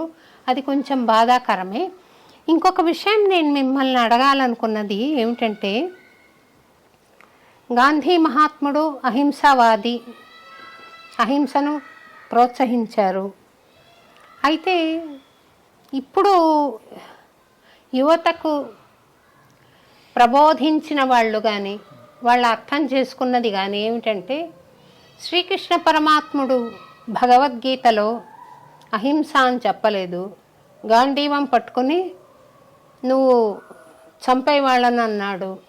అధర్మ పరులను చంపేయాలి, మనం కర్తవ్యోన్ముఖులు అవ్వాలి అని అంటే అహింస పనికిరాదు, మనం అస్త్రాలు చేపట్టుకోవాలి అంటున్నారు. దీన్ని మనం ఎలా మీరు మీ ప్రశ్నలోనే సమాధానం ఉంది. మీరు ఫేస్బుక్ గురించి చెప్పినప్పుడు నాకు ఒక గుర్తు వస్తుంది. 88లో నాకు ఉద్యోగం వచ్చినప్పుడు ఆకాశవాణిలో గోవాలో పోస్టింగ్ ఇచ్చారు. ఇలా వెళ్తున్నాను, ఆర్డర్ వచ్చింది అనగానే మొదట మా అన్న ఎవరో చెప్పారు, మళ్ళీ వెళ్ళేటప్పటికి మా అమ్మ ఏడుస్తుంది. ఏమంటే ఏం చెప్పడంలా, ఏమంటే ఎవరో చెప్పారట, అక్కడంతా గుడ్డలు ఇప్పేసుకొని బెరబెత్తలు ఉంటారు, అట్లా చోటుగా నీ కొడుకు వెళ్తున్నాడు ఉద్యోగానికి, నువ్వు వెళ్ళొద్దేమో అని అనలేదు. ఎందుకంటే అప్పటికే 2-3 మా ఇంట్లో నిరుద్యోగులు ఉన్నారు. కానీ ఇది వినపడుతోంది. అప్పుడు నాకు నెమ్మదిగా నేను ఒక్కడనే ఉన్నప్పుడే చెప్పింది. చెప్తే, అమ్మ చెడు అనేది వీధిలో లేదా, పక్కింట్లో లేదా, పక్క ఊర్లో లేదా, ఎక్కడైనా ఉంటుంది. మన మీద నమ్మకంతో నువ్వు ఆలోచన చేయాలి. ఇంతకుముందు చెప్పారు కదా ఫేస్బుక్ అని. టెక్నాలజీని ఒక చాకుతో పోలుస్తాం. చాకుతో మీరు పళ్ళైనా కట్ చేయొచ్చు, లేదా ముళ్ళైనా తీసేయచ్చు, లేదా ఎదుటి పొడచైనా పొడచచ్చు. టెక్నాలజీ అనేది అదే పద్ధతి. ఇది ఏంటంటే అపోహ తీసుకుంటే ఆ సమస్య ఉంది. ఈ హింస అహింస కూడా మీకు ఇంకా ఎగ్జాంపుల్ చెప్పాలి. అహింస ఉంటే హరిలాల్ ఒకసారి అన్నారు, నిన్న ఒక ఆయన వచ్చి కొడుతున్నాడు, నన్ను ఏం చేయమంటావు అని అడిగారు నాన్నని. ఒక ఆయన కొడుతున్నాడు నిన్ను, నన్ను ఏం చేయమంటావు అంటాడు. అంటే గాంధీ ఉద్దేశం ఏంటంటే, హింస అనేది మనం స్వీకరించినప్పుడు క్షణం అప్రమత్తంగా ఉండాలా. కృష్ణుడు లాంటి టీచర్ ఉండి అర్జునుడు లాంటి బుద్ధి గల శిష్యుడు, యోగ్యత బుద్ధి అంటే గురువు చెప్పింది సరిగా అర్థం చేసుకోండి. అంటే మీకు తెలుసు, అర్జునుడు ద్రోణుడు చెప్తాడు, ఆ పక్షి గుడ్డు మాత్రం కొట్టాలంటే కొట్టగలడు. అంటే ఆయనకంత బుద్ధి సూక్ష్మత ఉంది. అంత సూక్ష్మత ఉన్నప్పుడు హింసని హ్యాండిల్ చేయొచ్చు. కానీ భారతదేశం లాంటి దేశం ఇంత అక్షరాస్యత, వివేక శూన్యత ఉన్నప్పుడు హింస అనేది ప్రజ్వరిల్లితే దేనికి దారితీస్తుందో అందరికీ తెలుసు. చౌరీ చౌరాలో 22లో ఒక్కసారి వీళ్ళంతా తిరగబడి పోలీసులని ఆ పోలీస్ స్టేషన్ తగలెట్టినప్పుడు బ్రిటిష్ వాళ్ళతో పాటు మన భారతీయులు కూడా చనిపోయారు. అది చూసినప్పుడు గాంధీ చెలించి మొత్తం ఆ ఉద్యమాన్ని ఆపేశాడు. ఉద్యమం ఆపేసినప్పుడు చాలామంది దూషించిన వాళ్ళు ఉన్నారు. ఆ టైంలో కొందరు వీరులు హింస కారణంగా వచ్చిన వాళ్ళు ఉన్నారు. మన అల్లూరి సీతారామరాజు కూడా ఆ పీరియడ్లో వచ్చినవాడే. ఆ రకంగా కూడా విశ్లేషిస్తారు. ఏంటంటే ఆయన హరిలాల్కి చెప్పేటప్పుడు హింస అనేది చాలా అప్రమత్తంగా వాడాలి, అనుక్షణం జాగ్రత్తగా వాడాలి. వాడిన అహింస అనేది 1,00,000 రెట్లు మేలు అని స్పష్టంగా చెప్తాడు. ఎందుకంటే అహింసను వాడినప్పుడు ఎటువంటి నష్టం ఉండదు. వాళ్ళు స్త్రీలైనా దాన్ని ఉపయోగించవచ్చు, పిల్లలనే ఉపయోగించవచ్చు, ఇంకోరు ఉపయోగించవచ్చు. అందుకనే భారతదేశ స్వాతంత్రోద్యమంలో 10% జనాభా మన ఉద్యమంలో పాల్గొన్నారు. అంత పెద్ద సంఖ్యలో ప్రపంచంలో ఏ దేశ ఉద్యమంలో కూడా పాల్గొలేదు. అందులో స్త్రీలు, పిల్లలు పెద్ద సంఖ్యలో ఉన్నారు. ఎందుకంటే ఆ స్వభావం. ఇప్పుడు కృష్ణుడు చెప్పాడు, అర్జునుడు విన్నాడు. ఆయన అట్లని కృష్ణుడు చెప్పాడు, అందరినీ చంపమని నేను చెప్పలేదు, అధర్మాన్ని మాత్రం చంపమని చెప్తాడు. అయితే ఇప్పుడు ఏంటంటే మనకు స్వతంత్రం ఉంది, భావ స్వతంత్రం, వాక్ స్వతంత్రం, కొంచెం అతి తెలివి కూడా ఉంది. మనకు అనుకూలంగా మాట్లాడడం, మనకి అవసరం లేనిది పూర్వపక్షం చేయడం, మరీ ముఖ్యంగా ఇప్పుడు ఇట్లాంటి పద్ధతి అది మేధావుల్లో ఉంది, రాజకీయ పార్టీల్లో ఉంది, మీడియాలో ఉంది, మనం కూడా అంతే. మన ఇంట్లోనే ఇంటి రాజకీయాలు తీసుకుందాము. నాకు అనుకూలమైన విషయాలే నేను మీకు చెప్తాను. మీకు అనుకూలమైన అది భార్యాభర్తల మధ్య కావచ్చు, తల్లి కూతురు విషయం కావచ్చు, లేదంటే మనకు తెలుస్తూ ఉంటాయి. అంతేగాని దీర్ఘకాలికంగా చూస్తే ఎటువంటి నష్టం సమాజానికి జరగకూడదు. ఇప్పుడు ఒక బాంబు వేస్తాము, లేదా ఒక మనిషిని చంపేస్తాము. అందుకే ఆయన మీకు ప్రాణిని సృష్టించే సామర్థ్యం ఉంటే చంపండి అంటాడు. ఆయన దీనికి సైన్స్కి కూడా లింక్ చేస్తాడు. అందుకని మనం అన్నాం హింస లేనిది సైన్స్ కావాలా అని చెప్పాడు. అని చెప్పినప్పుడు ఆయన అమాయకంగా అనలా. విలియం హార్వే ఎంత రక్తకోత, ఎన్ని డిసెక్షన్లు చేసి గుండె పనిచేసి చేశారు చెప్పండి అని అడుగుతాడు ఆయన. ఆయనకేమీ ఆయన డిసెక్షన్ చేయలే విలియం హార్వే. ఆయన ఏంటంటే బుద్ధిబలం వాడారు. అందుకని సూక్ష్మంగా మనము చెయ్యాలంటాడు. అందుకని ఆయన ఈ మన సర్జరీలో కూడా ఏ హ్యూమన్ ఆర్గాన్ కూడా తీయడానికి వ్యతిరేకం. ఎందుకంటే సృష్టి పరంగా వచ్చింది కనుక, అది ప్రకృతి పరంగా వచ్చింది కనుక దాన్ని తీసేసే అధికారం మీకు లేదు అని అంటాడు. అది ప్రిమిటివ్ అనిపించవచ్చు, మౌలికమని పనిపోవచ్చు, లేదా నాకైతే ప్రిమిటివ్ మౌలికం కూడా కాదు, చాలా సరళం. అందుకే గాంధీని అర్థం చేసుకోవడం నా వరకు అయితే చాలా సులువు అనిపిస్తుంది. ఇప్పుడు మీరైతే నాతో ఎట్లా మాట్లాడుతున్నారో, గాంధీ వ్యక్తిత్వం అని నాతో అలా పలకరిస్తున్నారు. నేనేం చాదస్తం మాట్లాడడం లేదు, నేను అతీంద్రియ శక్తులు మాట్లాడడంలా, దేవుడు నాకు పెద్ద అది కూడా కాదు. యాక్చువల్గా ఎదుటి వ్యక్తిని మనం ఆలోచన చేయాలి. అందుకనే ఆయన ఏం చెప్తారంటే, ఎదుటి వ్యక్తి కష్టాలని పరిష్కరిస్తే, ఎదుటి వ్యక్తికి ముక్తి కలిగిస్తే అదే నీకు ముక్తి అంటాడు. ఇది ఏ సమాజానికైనా ఏ ప్రాంతానికైనా వర్తించే విషయమే. ఇప్పుడు ఎదుటి వ్యక్తి కష్టాలను తీరిస్తే నీకు ముక్తి వస్తుంది అన్నప్పుడు దీన్ని విభేదించే ఏముంటుంది? అయితే అర్థం చేసుకోకుండా వచ్చే సమస్య. మున్నాబాయ్ ఎంబీబీఎస్ అని ఒక సినిమా వచ్చిందండి, సంజయ్ దత్ వేశాడు. అందులో చాలా మంచి సినిమా. అందులో గాంధీగిరి అంటే గాంధీ తత్వాన్ని ఆచరించాలి అని ఇతను తెలుసుకొని, ఎవరో ఒకతను చెడేల్మని చెంప మీద వేస్తే ఇంకో చెంప వేస్తే దాన్ని కూడా పగలగొడతాడు. అహింస అంటే ఇది కాదురా, డిస్క్రిషన్తో వాడేది అహింస. వాడు కొడతాడు, రెండో చెంప కూడా పగలగొడతాడు అని నీకు తెలిసినప్పుడు రెండో చెంప చూపించకూడదు అని వ్యాఖ్య అవును గాంధీగిరికి చెప్పడం అయింది. మీరు అంటున్నది, మీరు ఇచ్చిన వ్యాఖ్యానం బాగుందండి. అహింసకి అహింస అంటే బలహీనత, చేతగానితనం కాదు. చాలా పవర్ఫుల్గా ఉన్నప్పుడే అహింస పాటించడం అవుతుంది. ఎదుటి పరిస్థితిని మనం గమనించుకుని ఎక్కడ అహింసనే పాటించాలి. ఒక్కోసారి నష్టపోయినా అహింస పాటిస్తే దీర్ఘకాలంలో అది ఎఫెక్టివ్గా మనకి అంటే పాజిటివ్గా వెనక్కి రాగలుగుతుంది అన్న ఆలోచనతో ఆయన అతనికి సంబంధించిన కాలంలో చెప్పాడేమో. ఇప్పుడు అహింసను అర్థం చేసుకుని అహింసను బ్రతికిచ్చేవాళ్ళు, బ్రతకడానికి అవకాశం ఇచ్చేవాళ్ళు లేరు ఈనాటి సమాజంలో. అహింస అంటే అదిగో గాంధీగిరి చెంప వాయగొట్టినట్టుగా ఇంకా ఎక్కువ కొడతారేమో. వీడు రెండో చెంప కూడా చూపిస్తున్నాడు చేతగాని వాడని, చివరికి చంపేస్తారేమో. ఆ అహింసావాది హింసకు గురయ్యాడు కదా. ఆ వయస్సులో వంగిపోయిన మనిషి కట్టెబట్టుకొని ఇద్దరి సపోర్ట్తో నడుస్తూ ప్రార్థనకు వెళుతున్న అవతారమూర్తిని చంపగలిగారంటే సమాజం ఎట్లా ఉందో, ఆ కాలంలోనే ఎట్లా ఉందో, ఇంకా రాను రాను ఎంతగా పాడైపోయిందో. ఈరోజు గాంధీ గారు తిరిగి వస్తే ఆయన నియమాలతో, ఆయనకున్న వాల్యూస్తో ఆయన మనగలడా? ఇది చాలామంది చాలా సులువుగా మాట్లాడే వాదము.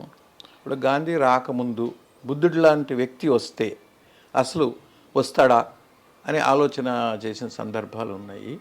అలాంటిదే గాంధీకి కూడా మీరు చెప్పచ్చు.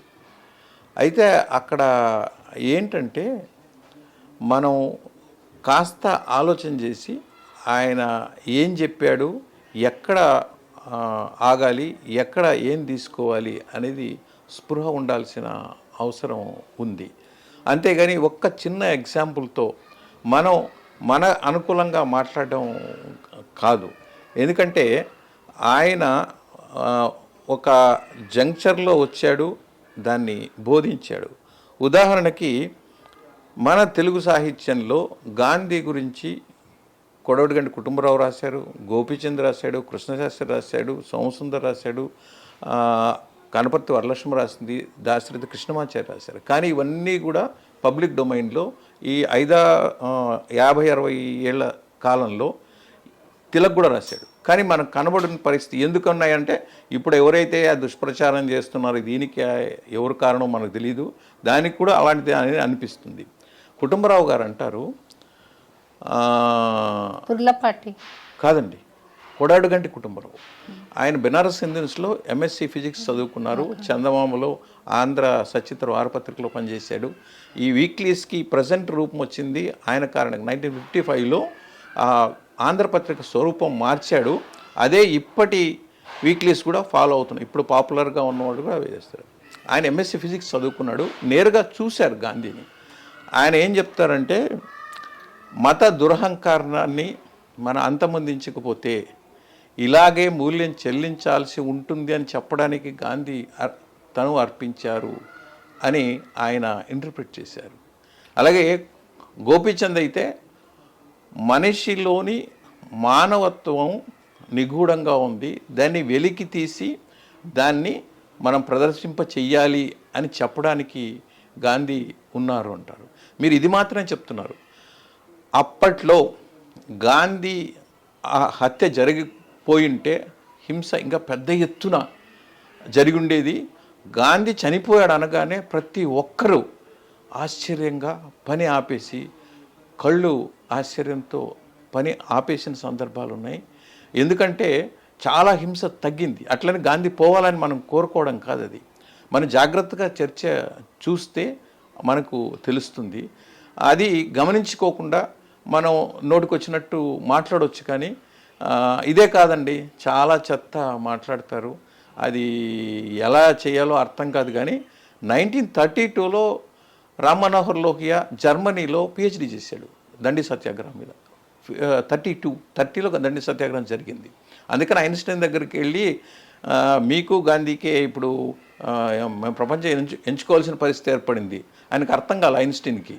ఇప్పుడు ప్రపంచం ముందు మీరును గాంధీనే ఉన్నారు, మేము ఏదో ఒక వైపు తీసుకోవాలి అంటే హింసన అహింసన, నువ్వేమో ఆటం బాంబు కనుక్కున్నాడు, ఆయనేమో సత్యాగ్రహం కనుక్కున్నాడు అని చెప్పారు. అది వ్యవహారం. ఇదేంటంటే చెప్పే విషయాలు నింపాదిగా చెప్తే, మంచిగా చెప్తే ఆకర్షణీయంగా ఉండదు. ఇది చెప్పే విధానం అని అంటే అలా వ్యవహారం అవుతూ ఉంటుంది. మరి ఆ స్థాయికి వచ్చిన తర్వాత మళ్ళీ సందర్భం రావాలేమో, మళ్ళీ గాంధీ లాంటి వ్యక్తి, ఇంకా గొప్ప వ్యక్తి రావచ్చు.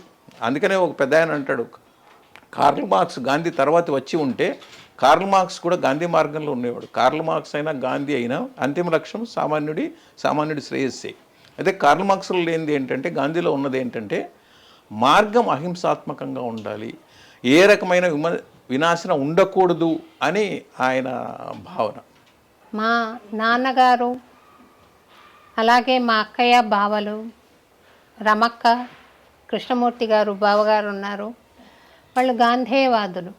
వాళ్ళు సక్సెస్ఫుల్గా బ్రతికి వెళ్ళారు. మా నాన్న మదనపల్లి అనీబ్ సెంట్ స్కూల్లో చదువుకుని, డంకన్ గ్రీన్లీస్ స్కూల్లో చదువుకుని, తర్వాత వినోబా భావే ఆదర్శాలతో ఆయన భూదాన యజ్ఞంలో పాల్గొన్నారు. ఈయన సర్వమానవ సౌభాగ్యం అని రాశారు. మంచితనానికి గుర్తింపు ఉంటుందా ఈ సమాజంలో, లేదా లౌక్యంతో వ్యవహరించాలా? ఈ ప్రశ్నకు సమాధానం. లౌక్యంతో వ్యవహరించవచ్చు, చాలా తక్కువ వ్యవధిలో మీరు విజయం సాధించవచ్చు, లాభం సాధించవచ్చు. అయితే తిన్నగా పోవాలి, నిజాయితీగా ఉండాలి, అహింసతో ఉండాలంటే మీకు హింసతో ఉండే వాళ్ళకన్నా సహనం ఎక్కువ ఉండాలి, ఔదార్యం ఎక్కువ ఉండాలి, క్షమ కూడా ఎక్కువ ఉండాలి. అసలు క్షమ అనే మాట ఒక్క భారతీయ సాంప్రదాయంలోనే ఉంది, అంత గొప్ప మాట ఇంగ్లీష్లో మనకు కనబడదు కూడా. కాబట్టి దీర్ఘకాలికంగా మాత్రం మంచితనమే విజయం సాధిస్తుంది. మన మొత్తము మన సాహిత్యం కానీ లేదంటే మన పురాణాలు ఏది చెప్పినా చెప్పేది అదే. కాకపోతే ఏంటంటే ఓ విలన్ ఉండాలి, కథ ముగియాలి, కాబట్టి ఇలా నడుస్తూ ఉంటుంది తప్ప అంతకు మించి ఏం లేదమ్మా. అయితే వాళ్ళు వాళ్ళ జీవితంతో సంతృప్తి పడ్డారండి, కాకపోతే వాళ్ళకు రికగ్నిషన్ అనేది లేదు, వాళ్ళు చేసిన సేవకి రికగ్నిషన్ లేదు. అది కొంచెం ఇప్పుడు ఎదుటివాడిని చూసి మనం ప్రవర్తించవలసి ఉంటుందేమో అనే ఆలోచన వస్తుంది. నిజమేనా అది? అంటే మీరు రికగ్నిషన్ అసలు మీకు అవసరం ఏంటి? మీ పని మీరు చేసుకుంటూ వెళ్ళాలి. రికగ్నిషన్ అసలు వాంఛించాల్సిన అవసరం ఏంటి? ఆ విషయం నేను మీకు చెప్పక్కర్లా. నో బెటర్ దెన్ మీ. ఎందుకంటే మన ఫిలాసఫీ చెప్పేది కానీ ఇంకోటి కానీ మీకు తెలుసు. పోనీ నా విషయమే చెప్తాను. అన్నమాచార్య అంటే భక్తి శ్రద్ధలు పరిపూర్ణంగా మనసులో ఉన్నాయని మటుకు నేను చెప్పగలుగుతాను. ఏం చేసినా ఆ తత్వవ్యాప్తికి చేస్తాను. గాంధీ మార్గం కూడా అన్నమయ్య చెప్పిన సందేశానికి పోలి ఉంది కాబట్టి ఆయనంటే కూడా నాకు భక్తి ప్రపాదులు వచ్చి మీ దగ్గరికి వచ్చాను. మరి నేను చెయ్యాలనుకుంటున్న సేవకు అడ్డం వస్తే, సేవకే అడ్డం తగులుతుంటే ఆ అడ్డంకును ఎలా తొలగించుకోవడం?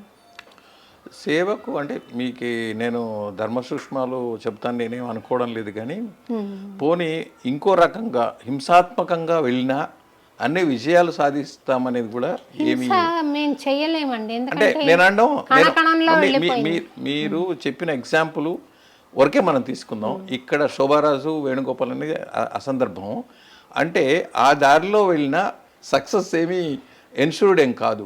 ఒక చోట మీరు సక్సీడ్ అయినా తర్వాత స్టేజ్లో మనకన్నా ఎక్కువ హింస చేసేవాడు, మనకన్నా ఎక్కువ లౌక్యంగా ఉన్నవాడు, మనకన్నా పెద్ద మోసకారి ఉన్నప్పుడు మనకు విజయం ఏమీ గ్యారంటీ కాదు. లౌక్యం అనేది గాంధీ గారికి చాలా ఉంది అని అనిపిస్తుంది. మరి ఎలాగంటారు అని అంటే, పటేల్ని నెహ్రూని ప్రైమ్ మినిస్టర్గా చేయాలి అని ఒక పోటీ వచ్చినప్పుడు ఆయన నెహ్రూ గారు ప్రైమ్ మినిస్టర్గా ఉండాలి అనేది ఆయనకు ఎక్కువ జనం సపోర్ట్ చేస్తున్నా కూడా నెహ్రూని ప్రైమ్ మినిస్టర్గా పెట్టడంలో ఆయన లౌక్యం ఉందా?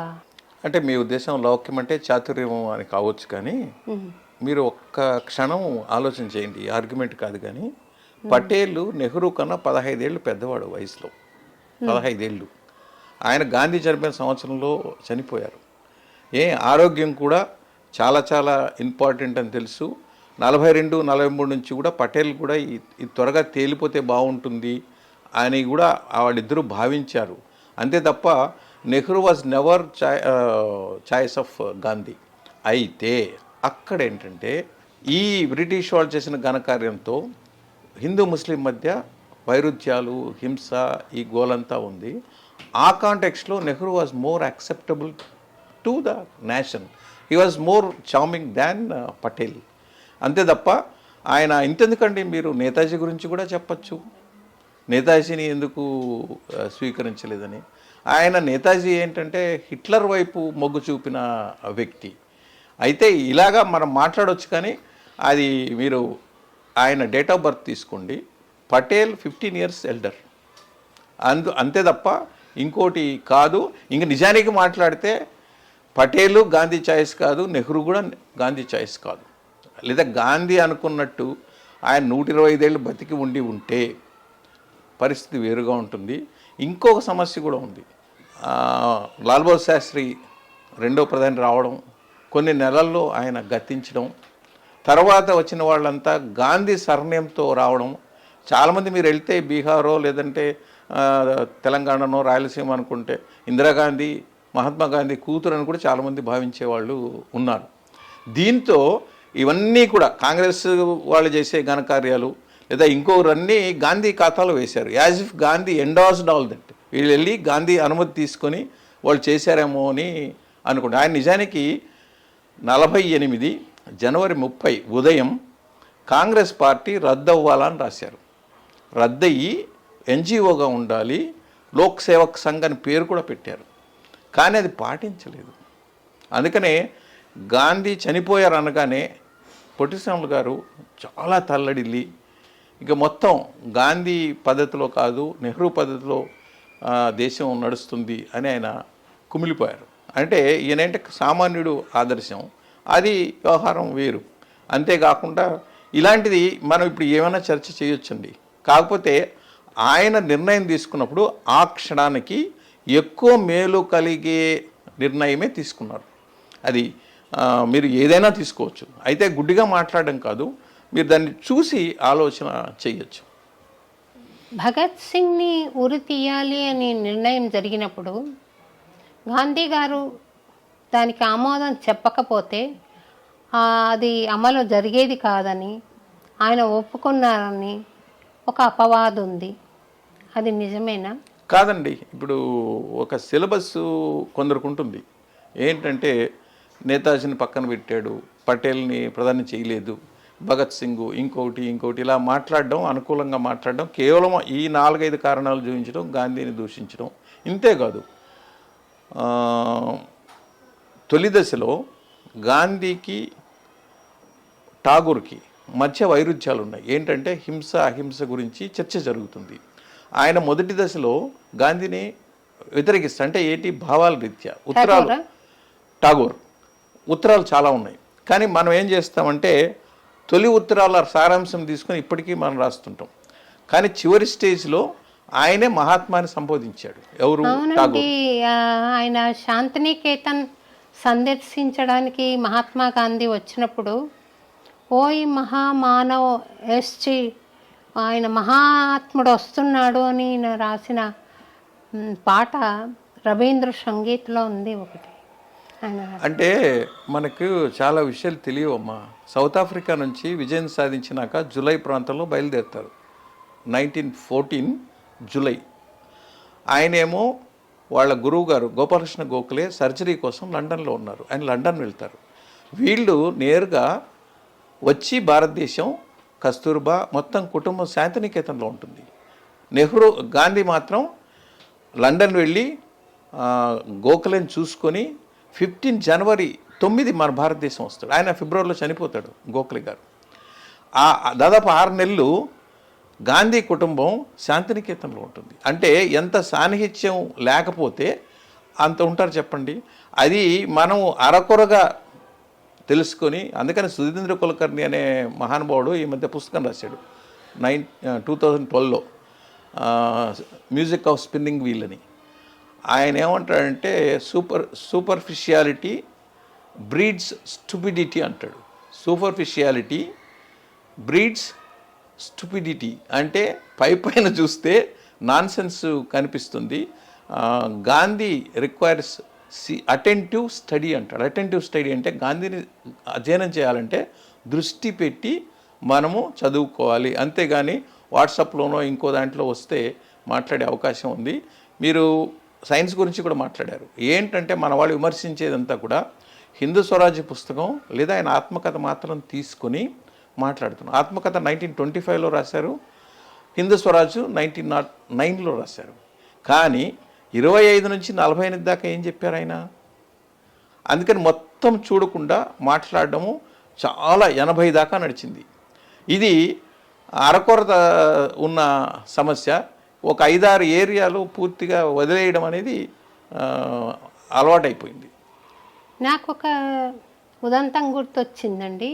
అంటే ఇది నిజమో కాదో మరి, ఒక ట్రైన్లో గాంధీ మహాత్ముడు రవీంద్రనాథ్ ఠాగూర్ ఇద్దరు ప్రయాణం చేస్తున్నారట. అప్పుడు మరి ట్రైన్లో ప్రయాణమా ఇద్దరు కలిసి ఉన్నారా నాకు గుర్తులేదు. ఈ రవీంద్రనాథ్ ఠాగూర్ గారు తెల్ల మంచి గడ్డం ఉంటుంది కదండి, ఆయన ఒక 45 నిమిషాలు గడ్డం చేసుకున్నారట. అప్పుడు గాంధీ ఆయనను అడిగారట, ఏమయ్యా ఇది మనం స్వాతంత్ర్యానికి పోరాడవలసిన సమయం ఇది, ఇటువంటి సమయంలో అంత విలువైన సమయం మీరు గడ్డం చేసుకోవడానికే స్పెండ్ చేస్తే మంచి పనులు చేయడానికి ఎట్లా ఆ గడ్డం మీద అంత సమయం వెచ్చించడం సబబేనా అంటే, మహాత్మా దేవుడు ఎక్కడ ఉంటాడు అన్నాడు. దేవుడు ఒంట్లోనే ఉంటాడు. అప్పుడు శరీరము ఏమవుతుంది అని అంటే, body is a temple to God అన్నాడు. Soul is God, body is a temple. మరి ఆ గుడిని నేను అందంగా పెట్టుకుంటే తప్పేంటి అని అడిగాడంట రవీంద్రనాథ్ ఠాగూర్. ఇది వాస్తవమైన ఉదంతమా లేదా కల్పితమా? మీకేమన్నా? నా పరిజ్ఞానం మేరకు నా దృష్టికి రాలేదమ్మా. అయితే ఒక విషయం మాత్రం చెప్పచ్చు, ఠాగూర్ స్వభావరీత్యా కళాకారుడు. ఆయన చేతిరాత రాస్తున్నప్పుడు ఎక్కడన్నా పొల్లు పోతే ఆయన దాన్ని కొట్టివేసేవాడు కాదు. ఇప్పుడైతే మనకి చాలా ఫెసిలిటీస్ వచ్చాయి, అప్పుడైతే అంత ఉండేది కాదు. దాన్ని ఒక పక్షిగానో పువ్వుగానో మార్చేవాట, అంటే చూడ్డానికి ఒక పెయింటింగ్ లాగా ఉండేట్టు. అది ఆయన కళాకారుడు. ఈయనేంటో పచ్చి వాస్తవికవాది. మీరు గడ్డం గురించి చెప్పారు కదా, నేను గాంధీ గడ్డం గురించి చెప్తా. ఆయన అద్దం లేకుండా షేవింగ్ చేసుకునేవాట. ఇప్పుడు డబుల్ ఎడ్జ్ వచ్చాయి, అయినా మాలాంటి వాళ్ళు గాయం చేసుకుంటుంటాం. ఏదో బుర్ర ఆబ్సెంట్ మైండెడ్గా ఉంటే ఎక్కడో కొంత రక్తం వస్తూనే ఉంటుంది. కానీ అప్పట్లో 20 ఏళ్ల క్రితం మీకు తెలుసు, గడ్డం దిగేసుకోవడం అంటే మామూలు రోజు రక్తపాతం ఉండే వ్యవహారం. ఆయన అద్దం లేకుండా షేవింగ్ చేసుకునేవాడంట. మరి ఎంత అద్దం లేకుండా షేవింగ్ చేసుకోవడం అంటే ఆయన ఏంటంటే, నేను అనుకోవడము ఆయన మొహం అంతా కూడా ఆయన మనోఫలకం మీద ఉంటుంది. ఆయన చేయగలిగాడు. అంటే ఈయన దృష్టి వేరు, ఆయన దృష్టి వేరు. ఆయన ఇంతెందుకు, మీరు కొల్లాయి కట్టాలి అని నిర్ణయించుకున్నప్పుడు ఆయన రాజాజీతో మాట్లాడతాడు. రాజాజీ ససేమిరా అంటాడు, వద్దనే వద్దంటాడు. ఏమి మీరు ఇట్లా అండక్కర్లేదు, గుండు చేసుకోక్కర్లేదు, మీసాలు తీయక్కర్లేదు, కొల్లాయి కట్టక్కర్లేదు. కానీ ఆ మాటలన్నీ ఆయన పూర్వపక్షం చేసి 1921 సెప్టెంబర్ 22న ఆ నిర్ణయం తీసుకున్నాడు. అందుకనే ఇప్పట్లాంటి పత్రికలు, టీవీ ఛానళ్ళు, సోషల్ మీడియా ఏమీ లేవు, భాషలు చాలా ఉన్నాయి. అయినా గాంధీ మాట్లాడే కాలంలో లౌడ్ స్పీకర్ లేవు, పబ్లిక్ అడ్రస్ సిస్టమ్ లేదు. ఆయన చాలా ఫీబుల్ వాయిస్. అయినా గాంధీని అంతమందిని ఆకట్టుకున్నాడంటే ఆయన ఆకారము, నిజాయితీ గల ప్రవర్తన, దానివల్లనే ఆ మెసేజ్ వెళ్ళింది తప్ప వేరేది ఏమీ కాదు. ఇక్కడ ఆయన చెప్పింది, ఠాగూర్ చెప్పింది కరెక్టే, గాంధీ అడిగింది కూడా కరెక్టే. అది వైరుధ్యం ఉంటుంది. ఆయన ధోరణి వేరు, ఈయన ధోరణి వేరు. తర్వాత ఇది కొంచెం సెన్సిటివ్ సబ్జెక్ట్ అండి. మై ఎక్స్పెరిమెంట్స్ విత్ ట్రూత్ అని ఆయన ఆత్మకథ ఉంది కదా, అందులో వాళ్ళ నాన్నగారు అవసాన దశలో ఉండగా ఆయనకు ఒక మానసిక వికారం కలిగి కస్తూర్బాతో సంగమించాలని కోరిక కలిగింది. అందుకని ఆయన తర్వాత పశ్చాత్తాపడతాడు, నాలో ఇంత తీవ్రమైన వాంఛ ఉందా అని. అలాంటి ధోరణి సామాన్య మానవులందరికీ ఉంటుందా లేక ఆయనకే ఉందా? ఉన్నా ఆయన ఎందుకు మై ఎక్స్పెరిమెంట్స్ విత్ ట్రూత్లో చెప్పాడు కాబట్టి తెలిసిందా, లేకుంటే కూడా తెలిసేదా? అమ్మ, ఆయన చాలా నిజాయితీగా ఆయన రాసుకున్నాడు. అంతేకాదు కస్తూర్బాని కొట్టాడని, దూషించారని కూడా మనం చెప్తాము, మనం బయటికి లాక్కెళ్ళి అన్నారని. కానీ అది ఎవరు చెప్పారు? ఆయన రాస్తేనే తెలిసింది. ఇప్పట్లో మనలాంటి వాళ్ళు రాస్తే ఆ విషయాలు ఎంతవరకు రాస్తామో చెప్పక్కర్లేదు. అది ఆయన ఏంటంటే ఆయన మంచితనం. అంటే ఆయన అవసాన దశలో ఉన్నారు, ఎప్పుడు ఆయన ప్రాణం పోతుందో తెలీదు అన్నప్పుడు ఆయన ఆ క్షణంలో భార్యాభర్తలు అనుకున్నప్పుడు మీకు తెలుసు, అప్పటి సమాజంలో చూసుకునే అవకాశం కూడా లేదు భార్యాభర్తలకి. అయితే ఇతను మరీ మంచివాడు కనుక బెడ్రూమ్లో ఉన్నప్పుడు జరిగింది, లేకపోయింటే నేను అక్కడ ఉంటే ప్రాణాలు పోయేటప్పుడు నేను దగ్గరుండేవాడినేమో అని ఎమోషనల్గా ఫీల్ అయ్యాడు. అంతేగాని అది చెప్పడానికి ఏంటంటే, నాకు భార్య మీద ఇష్టం లేకపోయి ఉంటే నేను నాన్న దగ్గర కూర్చోంటాను కదా అనే ఉద్దేశం చెప్పాడు తప్ప, అంత మాత్రాన ఆయన పశువు లాంటి కామ్మనో ఇంకోటని మాట్లాడొచ్చు. కానీ ఆయన నిజాయితీ ఉంది కాబట్టి చెప్పారు, ఆయన రాసుకున్నారు కాబట్టి చెప్పారు. సోషల్ మీడియాలో చూస్తున్నానండి, ఆయన ఒక స్త్రీతో నృత్యం చేస్తున్నట్టు, డ్యాన్స్ చేస్తున్నట్టు, తర్వాత ఆయనకి ఇంకొక భార్య ఉన్నట్టు, అది ఇంతవరకు మనకు తెలియనట్టు, వాళ్ళ మధ్య కొన్ని ఉత్తర ప్రత్యుత్తరాలు జరిగాయని రకరకాలుగా వింటున్నాను. ఇది ఎందుకు జరుగుతోంది ఇలాగా అని. అది నిజమా కాదు కదా. అంటే గాంధీ గారి మిత్రులు హిందువులు, ముస్లింలు, క్రిస్టియన్లు ఉన్నట్టు ఆడవాళ్ళు, మగవాళ్ళు చాలామంది ఉన్నారు. అమృత్ సింగ్ కౌర్ లేదా ఈ సుశీల నయ్యర్, మాండలిన్ స్లైడ్ అంటే మీరాబెన్, ఇలాంటి వాళ్ళు ఉన్నారు. వాళ్ళు ఇప్పుడు సరళాబెన్, మీరాబెన్ అయితే వాళ్ళు యూరోపియన్ డాటర్స్ ఆఫ్ గాంధీగా ట్రీట్ చేస్తారు.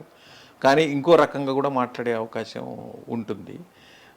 అది దానికి అద్దు ఆపలేనప్పుడు మీరు ఏమైనా ఆలోచన చేయొచ్చు. కానీ ఆయన 1904 భార్య అనుమతితోనే బ్రహ్మచర్య దీక్ష ఆయన స్వీకరించారు. ఇద్దరు ఆమోదంతోనే వాళ్ళు చేశారు. అప్పటికే వాళ్ళ వయసు 69లో పుట్టారు ఇద్దరు. మహా అంటే వాళ్ళకి 34, 35 ఉంటుంది. అంతేకాదు, దేవదాస్ గాంధీ పుట్టినప్పుడు అంటే 4వ కొడుకు పుట్టినప్పుడు అక్కడి డాక్టర్లు, అక్కడ నర్సులు వీళ్ళకి సహకరించరు. అప్పుడు ఆమె ప్రసవాన్ని ఆయనే చేస్తాడు, భార్య ప్రసవాన్ని. మీరు ఊహించగలరా? భర్త భార్య ప్రసవాన్ని చేయడం అంటే అప్పుడు తప్పని పరిస్థితి. కాబట్టి అది ఆ స్థాయికి వెళ్ళినప్పుడు మనం ఎవరి గురించి అయినా మాట్లాడగలమండి. నెహ్రూ గురించి మాట్లాడతాము, ఎన్టీ రామారావు గురించి మాట్లాడతాము, మనకి పట్టణ ఉంటుంది. ఆయనకి అంత ఒక స్త్రీ వ్యామోహము లేదా రాజ్యాధికారం అది మాత్రమే ఉంటే ఆయన ఇంకో రకంగా ఉంటాడు.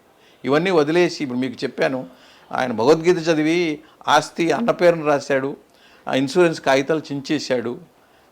అలాగే మెడిసిన్ సీటు కొడుక్కి ఇస్తామంటే ఓ మిత్రుడు కాదు ఆయనకన్నా యోగ్యుడని జగన్లాల్కి ఇస్తాడు. దాన్ని హరిలాల్ కోప్పడతారు. అలాంటి మనిషి మీరు ఊహించలేరు. ఇంకోటి కూడా చెప్పచ్చు, అసలు ఆయన జాతిపిత అని చెప్పి మామూలు పితగా ఫెయిల్యూరు, కుటుంబాన్ని చూసుకోలేదు అని కూడా అనేవాళ్ళు ఉన్నారు.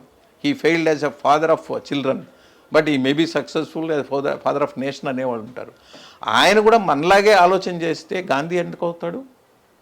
మనం మనలాగా ఆలోచన చేస్తాం కాబట్టి మన యాడ్ స్టిక్లో మనం పోల్చుకుంటాము.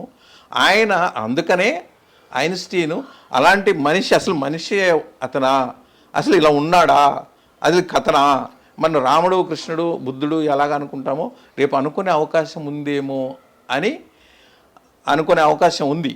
అది పరోక్షంగా ఐన్స్టీన్ మాటల్ని ఈ రకంగా రుజువు చేస్తున్నారు. కానీ నాకైతే అవన్నీ చాలా అల్పమైన విషయాలు. ఇప్పుడు స్త్రీలు, పురుషులు, ఇప్పుడు కమలదేవి చటోపాధ్యాయ, సరోజినీ నాయుడు, ఇంతమంది మహిళలు ఉండేవాళ్ళు, పనిచేసేవాళ్ళు. మనుబెన్ కావచ్చు, సరళాబెన్ కావచ్చు, సుశీల నయ్యర్ కావచ్చు, మాట్లాడేవి మాట్లాడుతూనే ఉంటాయి. ఇప్పటికీ మన సినిమా రంగం గురించో ఇంకోటి గురించో గాసిప్ రాజకీయాలకు సంబంధించి కూడా చాలా ఉంది, వింటూనే ఉంటాము. అది నా ఉద్దేశం అయితే చర్చించాల్సిన అవసరం లేదు. ఇది ఎలా ఉంటుందంటే మనం చర్చిస్తే కూడా తెలియని వాళ్ళు కూడా దీన్ని తెలుసుకొని ఈ నెగిటివ్ విషయాలు తీసుకునే అవకాశం ఉంది. నేను ఇంకో చిన్న ఎగ్జాంపుల్ చెప్తాను. ఈ సైన్స్ పరంగా మాట్లాడినప్పుడు మూఢనమ్మకాలు ఒకవేళ ఏదో ఉంటుంది, బీహార్లో మూఢనమ్మకం ఉంటుంది, లేదా కరీంనగర్లో ఒకటి ఉంటుంది, అనంతపురంలో ఒకటి ఉంటుంది. మనం ఏదో రేడియోలో టీవీలో ప్రోగ్రాం చేసినప్పుడు అవన్నీ కలిపి చెప్తే కరీంనగర్ వాళ్ళకి 2 కొత్త మూఢనమ్మకాలు, బీహార్ వాళ్ళకి కొత్త 2 మూఢనమ్మకాలు పరిచయం చేసినట్టు ఉంటుంది. అందుకనే మీడియాలో ఉన్నప్పుడు ఏది చెప్పాలి ఏది చెప్పకూడదు అన్న సంశయం ఉండాలి. చెప్పకూడదు అనే దానికి ఈ రోజుల్లో అవకాశం లేదండి. ఆయన కాబట్టి మహాత్ముడు కాబట్టి చెప్పడం అక్కడ మీకు నియంత్రణ లేదు. ఒక అమ్మలాగా మీడియా నియంత్రిస్తే బిడ్డ సంక్షేమంగా ఉంటారు. ఆ అవకాశం అమ్మ లేనప్పుడు బిడ్డే అమ్మ మనసుతో స్పృహతో ఉండాలి. అదే మన హింస అహింస అనుకున్నప్పుడు నిత్య ఎరుకతో నిత్య స్పృహతో మనం ఉండాలనుకున్నప్పుడు ఇక్కడ కూడా అదే వర్తిస్తుంది. ఇప్పుడు ఆయన బ్రహ్మచర్య దీక్ష తీసుకున్నాడు. నేను సక్సెస్ అయ్యానా లేదా అని తెలుసుకోవడానికి ఆశ్రమంలో 2 అమ్మాయిలో ఒక అమ్మాయిను తన పక్కన పెట్టుకున్నాడని వినబడుతున్నాను. అది నాకు కూడా తప్పే అనిపిస్తుంది. ఈయన పరీక్షలో నెగ్గొచ్చు, అవతల మనిషి పరిస్థితి ఏంటి, ఆ అమ్మాయి పరిస్థితి ఏంటి అని అడుగుతున్న మీడియా ఉంది. మీడియా అంటే సోషల్ మీడియాలోనే. ఇప్పుడు మనుబెన్ గాంధీ, అబ్బా గాంధీ గురించి మీరు చెప్తున్నారు. సుశీల నయ్యర్ గురించి కూడా అలాంటి వినపడుతుంది. ఆయన మహాదేవ్ దేశాయ్ చనిపోయిన తర్వాత ఎన్కే బోస్ అనుకుంటా ఆయన సెక్రటరీగా వస్తారు. ఆయన చేసిన ఘనకార్యం ఇది. చివరి దశలో ఎన్కే బోస్ కూడా నేను పొరపాటు చేశాను అని ఆయన అంగీకరించడం, క్షమాపణ చెప్పడం కూడా అది మనకు తెలియదు, మనం పట్టించుకోము. అలాగే ఎరిక్సన్ అతను గాంధీస్ ట్రూత్ అని రాశారు. ఏంటంటే ఆయన ఆ స్థాయి వేరు, ఆయన పరీక్షించి మనం మాట్లాడేది మాట్లాడుతున్నాం, మనకు తోచిన పద్ధతిలో మాట్లాడుతున్నాము. ఇది చాలా జుగుప్సగా కూడా ఉంటుంది. ఎందుకంటే మన పద్ధతిలో మనము మాట్లాడతాము. అదే వచ్చిన సమస్య ఏంటంటే మనము 21వ శతాబ్దంలో భారతదేశంలో రాజ్యాంగపరంగా ఇంత స్వేచ్ఛ, ఇంత ఎక్స్ప్రెస్ చేసుకునే అవకాశం ఉన్నప్పుడు మనం వ్యవహారం వేరు, 80 ఏళ్ల క్రితం సమాజం వేరు, అది గమనించుకోకుండా మాట్లాడేది. కానీ దీనికి ఇంకా ఒకటి కూడా మీకు చెప్పాలండి. ఏంటంటే స్వచ్ఛంగా వెళ్ళే దారి ఒకటే ఉంటుంది. యూక్లిడ్ చెప్పినట్టు షార్టెస్ట్ వే అనేది ఒకటే ఉంటుంది సక్సెస్ఫుల్గా. దొడ్డిదారులు ఇన్ఫైనిట్ ఉంటాయి. దొడ్డిదారులో మాట్లాడిన దానికంతా సమాధానం చెప్పాలంటే సాధ్యమయ్యే అవకాశం కాదు. ఇప్పుడు శోభారాజు గారు అవినీతితో ఉన్నారు, లేదా వేణుగోపాల్ అవినీతితో ఉన్నాడని చెప్తే నిజంగా మనం ప్రూవ్ చేసుకొని ఎట్లా ప్రూవ్ చేసుకుంటాం చెప్పండి? అంటే అంటే వెయ్యి మార్గాల్లో మనకి లేదని చెప్పడం. శోభారాజు మహాత్మా గాంధీతో పోలిస్తే నాకున్న పేరు చాలా చిన్నదండి. నేను అలా అనడంలా మహాత్మా గాంధీ పోల్చడం కాదు, ఆధారరహితంగా మాట్లాడినప్పుడు ఇప్పుడు జరిగే ధోరణి. ఆధారం ఉంది, ఆయనే మై ఎక్స్పెరిమెంట్స్ విత్ ట్రూత్లో రాశారు. నా బ్రహ్మచర్య దీక్ష విజయవంతమా కాదా అని తెలుసుకోవడానికి నేను ఈ పని చేశాను అని. అమ్మా మీరు ఆత్మకథ చదవండి, ఆత్మకథలో లేదు. ఆయన 24కే ఆత్మకథ ఆపేశారు, 25లో సీరియలైజ్ అయ్యింది. అవునా? ఆయన కేవలం ఆ విషయాలే రాశాడు, అంత వివరంగా ఏం లేదు. ఇది కస్తూర్బాని తిట్టారు కొట్టారు. ఇప్పుడు కస్తూర్బా ఎంత దౌర్భాగ్యంగా ఉందంటే 1898లో ఒక దళిత్ క్రిస్టియన్ ఇండియన్ నుంచి సౌత్ ఆఫ్రికా వెళ్తాడు, వాళ్ళ ఇంటికి వెళ్తాడు. అక్కడ ఏంటంటే టాయిలెట్ కడగాల, గెస్ట్ కాబట్టి గెస్ట్తో కాకుండా ఆమె క్లీన్ చేయమన్నారు. క్లీన్ చేస్తే ఆమె కొంచెం విసుక్కొని చేసింది అన్నదానికి ఘర్షణ వచ్చింది. కానీ తర్వాత ఆయన ఆమె నుంచి క్లియర్గా చెప్తాడు, ఇది 98లో జరిగింది. సత్యాగ్రహం కాన్సెప్టు 1906లో వచ్చింది. అంటే ఆయన 6లో ఆయన దాన్ని అర్థం చేసుకున్నాడు. చెప్పినప్పుడు 2 కారణాలు చెప్తాడు. ఒకటేమో సౌత్ ఆఫ్రికాలో ఫస్ట్ క్లాస్ బోగిలో తోసేసిన సందర్భం, రెండోది వచ్చి కస్తూరిబా ఆ రోజు ఆమె గుండె దిటువుతో దేశం కాని దేశం అర్ధరాత్రి నువ్వు వెళ్ళమంటే ఎలాగా అని ఆమె రాజీ పడలా, ఆమె ఆదర్శం పట్ల. అలాగే ఈయనకి తగ్గల, అంటే అంత గుండె దిట్టుతో పోరాడాలి. ఇంకా ఉదాహరణ అంటే అందరికి అర్థమయ్యే పద్ధతిలో రావణుడి రాజ్యంలో సీత ఒకరితే అయినా ఆమె పట్టుదలగా ఆమె లక్ష్యంతో ఆమె సాధించుకుంది. అంత పట్టుదల ఉండాలి. లేదా ఇంకో ఉదాహరణ చెప్పాలంటే ప్రహ్లాదుడు, ఆయన నాన్నగారు అంత ఇబ్బంది పెట్టినా ఆయన లక్ష్యాన్ని వదలలా. ఇప్పుడు మీరు కథ కథ నాకు అవసరం లేదు, రామాయణం కానీ అది కానీ. అక్కడ ఏంటంటే కథ అనుకున్నా దాంట్లో సందేశాన్ని తీసుకోమని చెప్తున్నాం. ఇక్కడ కూడా అంతే, అది తీసుకోకుండా రకరకాలు మాట్లాడే పరిస్థితి ఉంది. ఎందుకంటే ఆమెను కొట్టారంటే ఆయన రాసుకున్నారు, ఏది కస్తూర్బాని విభేదించాడు. ఆ రోజు నుంచి ఆమె మాట జవదాట్లేదు. అసలు ఎవరైనా గాంధీకి ఏమైనా భయపడ్డాడంటే ఒక కస్తూర్బానే ఖాతరు చేసేవాడు, లేదంటే మిగతా ఏం పట్టించుకునేవాడు కాదు. రెండోది ఏంటంటే ఆ కుటుంబం కూడా అంత ఆనందమైంది కాదు. ఎందుకంటే హరిలాల్ అయితే ఆయన మేనమామ ఈయనకి చెప్పకుండా, వీళ్ళిద్దరికి చెప్పకుండా పెళ్లి చేస్తాడు. ఇంకో అబ్బాయి ప్రేమలో పడడం, ఆ అమ్మాయి గర్భవతి అవడం, అంటే మహిళలకు సంబంధించి ఇలాంటివన్నీ ఉన్నాయి. పాపం ఆయన కుటుంబం కానీ రాజకీయం కానీ అంత కంఫర్టబుల్గా ఏం లేదు. అయితే తెలుసుకోకుండా మాట్లాడడం అనేది అలవాటు అయిపోయింది. ఇప్పుడు 1,00,000 లేదా కోట్ల ఇట్లాంటి సందేహాలకి ఆధారరహితమైన చెప్పడం కష్టం. ఇప్పుడు ఆయన ఆత్మకథలో ఈ విషయాలు రాయలేదు. ఎరిక్సన్ గాంధీస్ ట్రూత్ అనే పుస్తకం చదువుకోమనండి. ఆయన సైకాలజీలో చాలా పెద్దవాడు, దాని గురించి ఆయన మాట్లాడారు.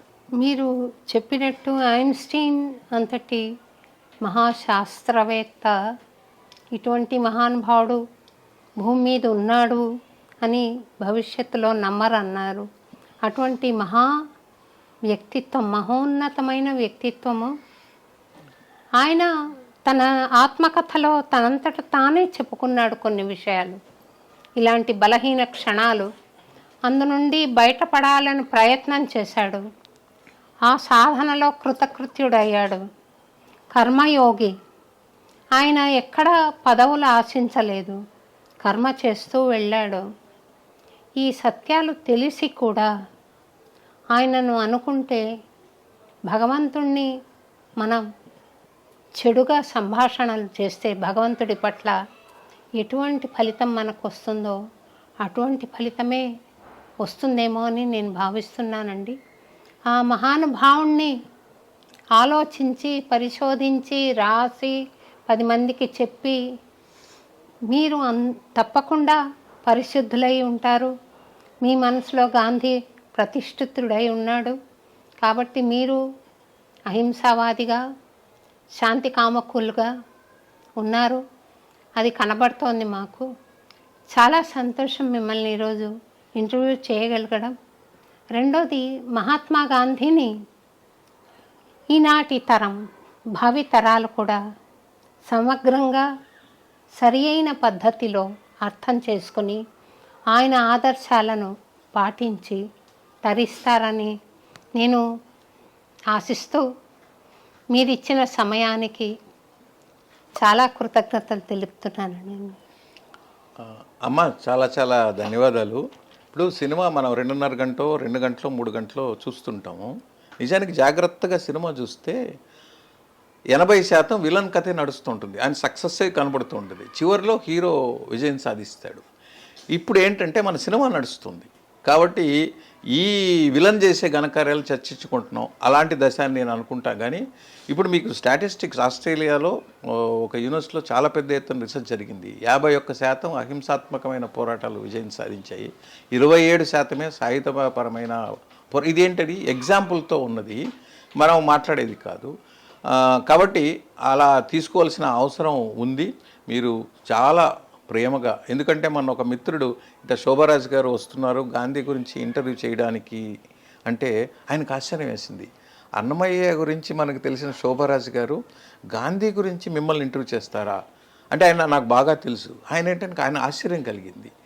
ఆమెకి గాంధీ మీద అంత ఆసక్తి ఎలా కలిగింది అని. ఆయన వాళ్ళ నాన్నగారు ఫ్రీడమ్ ఫైటర్. అంటే నేను అప్పుడు చెప్పాను, నిబిడీకృతంగా ఉంటుంది, మనం తరిచి చూస్తే తప్ప సాధ్యం కాదు. అదే గోపీచంద్ చెప్పినట్టు మనిషిలో మానవత్వం అనేది పూర్వ సంస్కృతిపరమైన పునాదిగా ఉన్న మన తత్వంలో ఉంది. అయితే కొన్ని కారణాల వల్ల మరుగున పడింది. ఉదాహరణకి కరోనా టైంలో చాలామంది కాళ్ళకు చెప్పులు లేకుండా ఉద్యోగాలు వదిలేసి ఉపాధి వదిలేసి 100 మైళ్ళు నడిచారు. కానీ వాళ్ళు ఎవరూ హింసకు పాల్పడినట్టు మనకు పెద్దగా రాలా. కొన్ని చోట్ల మనలాంటి వాళ్ళకి అవాంతరాలు కల్పించాం. అంటే వాళ్ళు ఏమైనా కరోనా వైరస్ తీసుకెళ్ళారేమో అని. మనకు భారతదేశంలో మనుషులు స్వభావ సిద్ధంగా అహింసాత్మకంగానే ఉంటారు. అయితే కొన్ని చెదురుమదురు సంఘటనలు ఉంటాయి, దాని గురించి మనం మాట్లాడుతూ ఉంటాము. అయినా మీరు ఇంత ఓపికగా గాంధీ గురించి ఆసక్తి కలిగి మీరు వచ్చారు. నాకు తెలిసిన విషయాలు నేను చెప్పాను. నేను చెప్పింది సర్వసమగ్రం అని కానీ నేను అనుకోవడం లేదు. రేపు గాంధీ కన్నా మహోన్నతమైన వ్యక్తి రావచ్చు. అందుకని నార్ల వెంకటేశ్వరరావు గారు అంటారు, బుద్ధుడి కన్నా ప్రవక్త క్రీస్తు కన్నా గాంధీ ఎందుకు గొప్ప అంటే వాళ్ళు అహింసని వ్యక్తిగత స్థాయిలో పాటించారు. గాంధీ ఏం చేశాడంటే ఆ అహింసని ఒక జాతి, ఒక దేశం, ఒక 40 కోట్లున్న ప్రజలతో పాటింపజేశాడు. అంటే ఒక సూత్రాన్ని యాజ్ మాస్ ఆయన ఇంప్లిమెంట్ చేశాడు. కాబట్టి గాంధీ గొప్పతనం అది అని నార్ల వెంకటేశ్వరరావు గారు ఎడిటోరియల్లో రాశారు. ఇలాంటి విషయాలు మేధావులు చెప్పాలి. Why is bigger the Rahul Sankrityayan అని చెప్పాడు. మొదట విమర్శించాడు. మనం విమర్శించిందే చెప్తాం తప్ప ఆమోదించింది చెప్పము. మరి మనం కొంత ప్రయత్నం చేశాము. ముందు గాంధీని మించిన వ్యక్తి, ఇంకా సమగ్రమైన వ్యక్తి రావచ్చు. వస్తే మనం ఆ దారిలో స్వీకరిద్దాం. అంతవరకు అందుబాటులో ఉన్న మెరుగైన మార్గాన్ని తీసుకుందాము. మీరు అంగీకరించినా విభేదించినా సహేతుకంగా మీరు ఆలోచన చేసి నిర్ణయం తీసుకోమని చెప్తున్నాను. మనం మాట్లాడామని చెప్పామని గుడ్డిగా ఫాలో కావాల్సిన అవసరం లేదని నేను చాలా ప్రగాఢంగా నమ్ముతున్నాను. అధ్యయనం చేసే కొద్దీ హేతుబద్ధమైన గౌరవం నాకు గాంధీ పట్ల కలుగుతోంది. నేను ఇదే మూర్ఖంగా ఏమీ చెప్పడం లేదు. నమస్కారం, సెలవు. స్నేహితుడు ఎవరో ఆమె అన్నమాచార్య కీర్తనలు పాడతారు. గాంధీ గురించి మిమ్మల్ని ఇంటర్వ్యూ చేయడానికి వస్తున్నారా అని ఆశ్చర్యపోయారన్నారు. గాంధీ చెప్పిన విషయాలలో, అన్నమాచార్య చెప్పిన విషయాలలో కాంట్రడిక్షన్ ఏం లేదండి, సామ్యం చాలా ఉంది. ఆయన మానవత్వాన్ని పూజించాడు, అన్నమయ్య పూజించాడు. కులతత్వం లేదు ఇద్దరికి, కులతత్వాన్ని నిరసించాడు అన్నమయ్య. గాంధీ కూడా అట్టడుగునున్న వాళ్ళను హరిజనులను పేరు పెట్టి, దేవుడికి దగ్గరగా ఉన్న వాళ్ళని పేరు పెట్టి వాళ్ళను కూడా మెయిన్ స్ట్రీమ్లో కలపాలని ప్రయత్నం చేశాడు. బ్రహ్మం ఒక్కటే అని ఆయన అన్నాడు. అదే ప్రాక్టికల్గా గాంధీ మహాత్ముడు చేశాడు.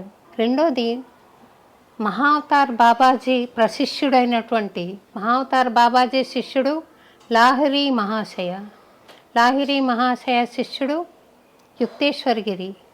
యుక్తేశ్వర్గిరి శిష్యుడు పరమహంస యోగానంద మహారాజ్. ఆయన గాంధీ గారి ఆశ్రమానికి వచ్చి ఆయనను దర్శనం చేసుకుని ఆయన భోజనం చేస్తుంటే చాలా విచిత్రంగా పూజనీయ భావంతో చూసి వెళ్ళిన వాడు.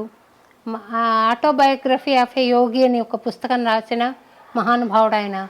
అటువంటి ఆయనే పూజనీయ భావంతో గాంధీజీని చూసినప్పుడు మనందరం తప్పకుండా వారిని పూజించే స్థితికి సంస్కారం పెంపొందించుకోవాలి అని నేను ఆశిస్తున్నానండి.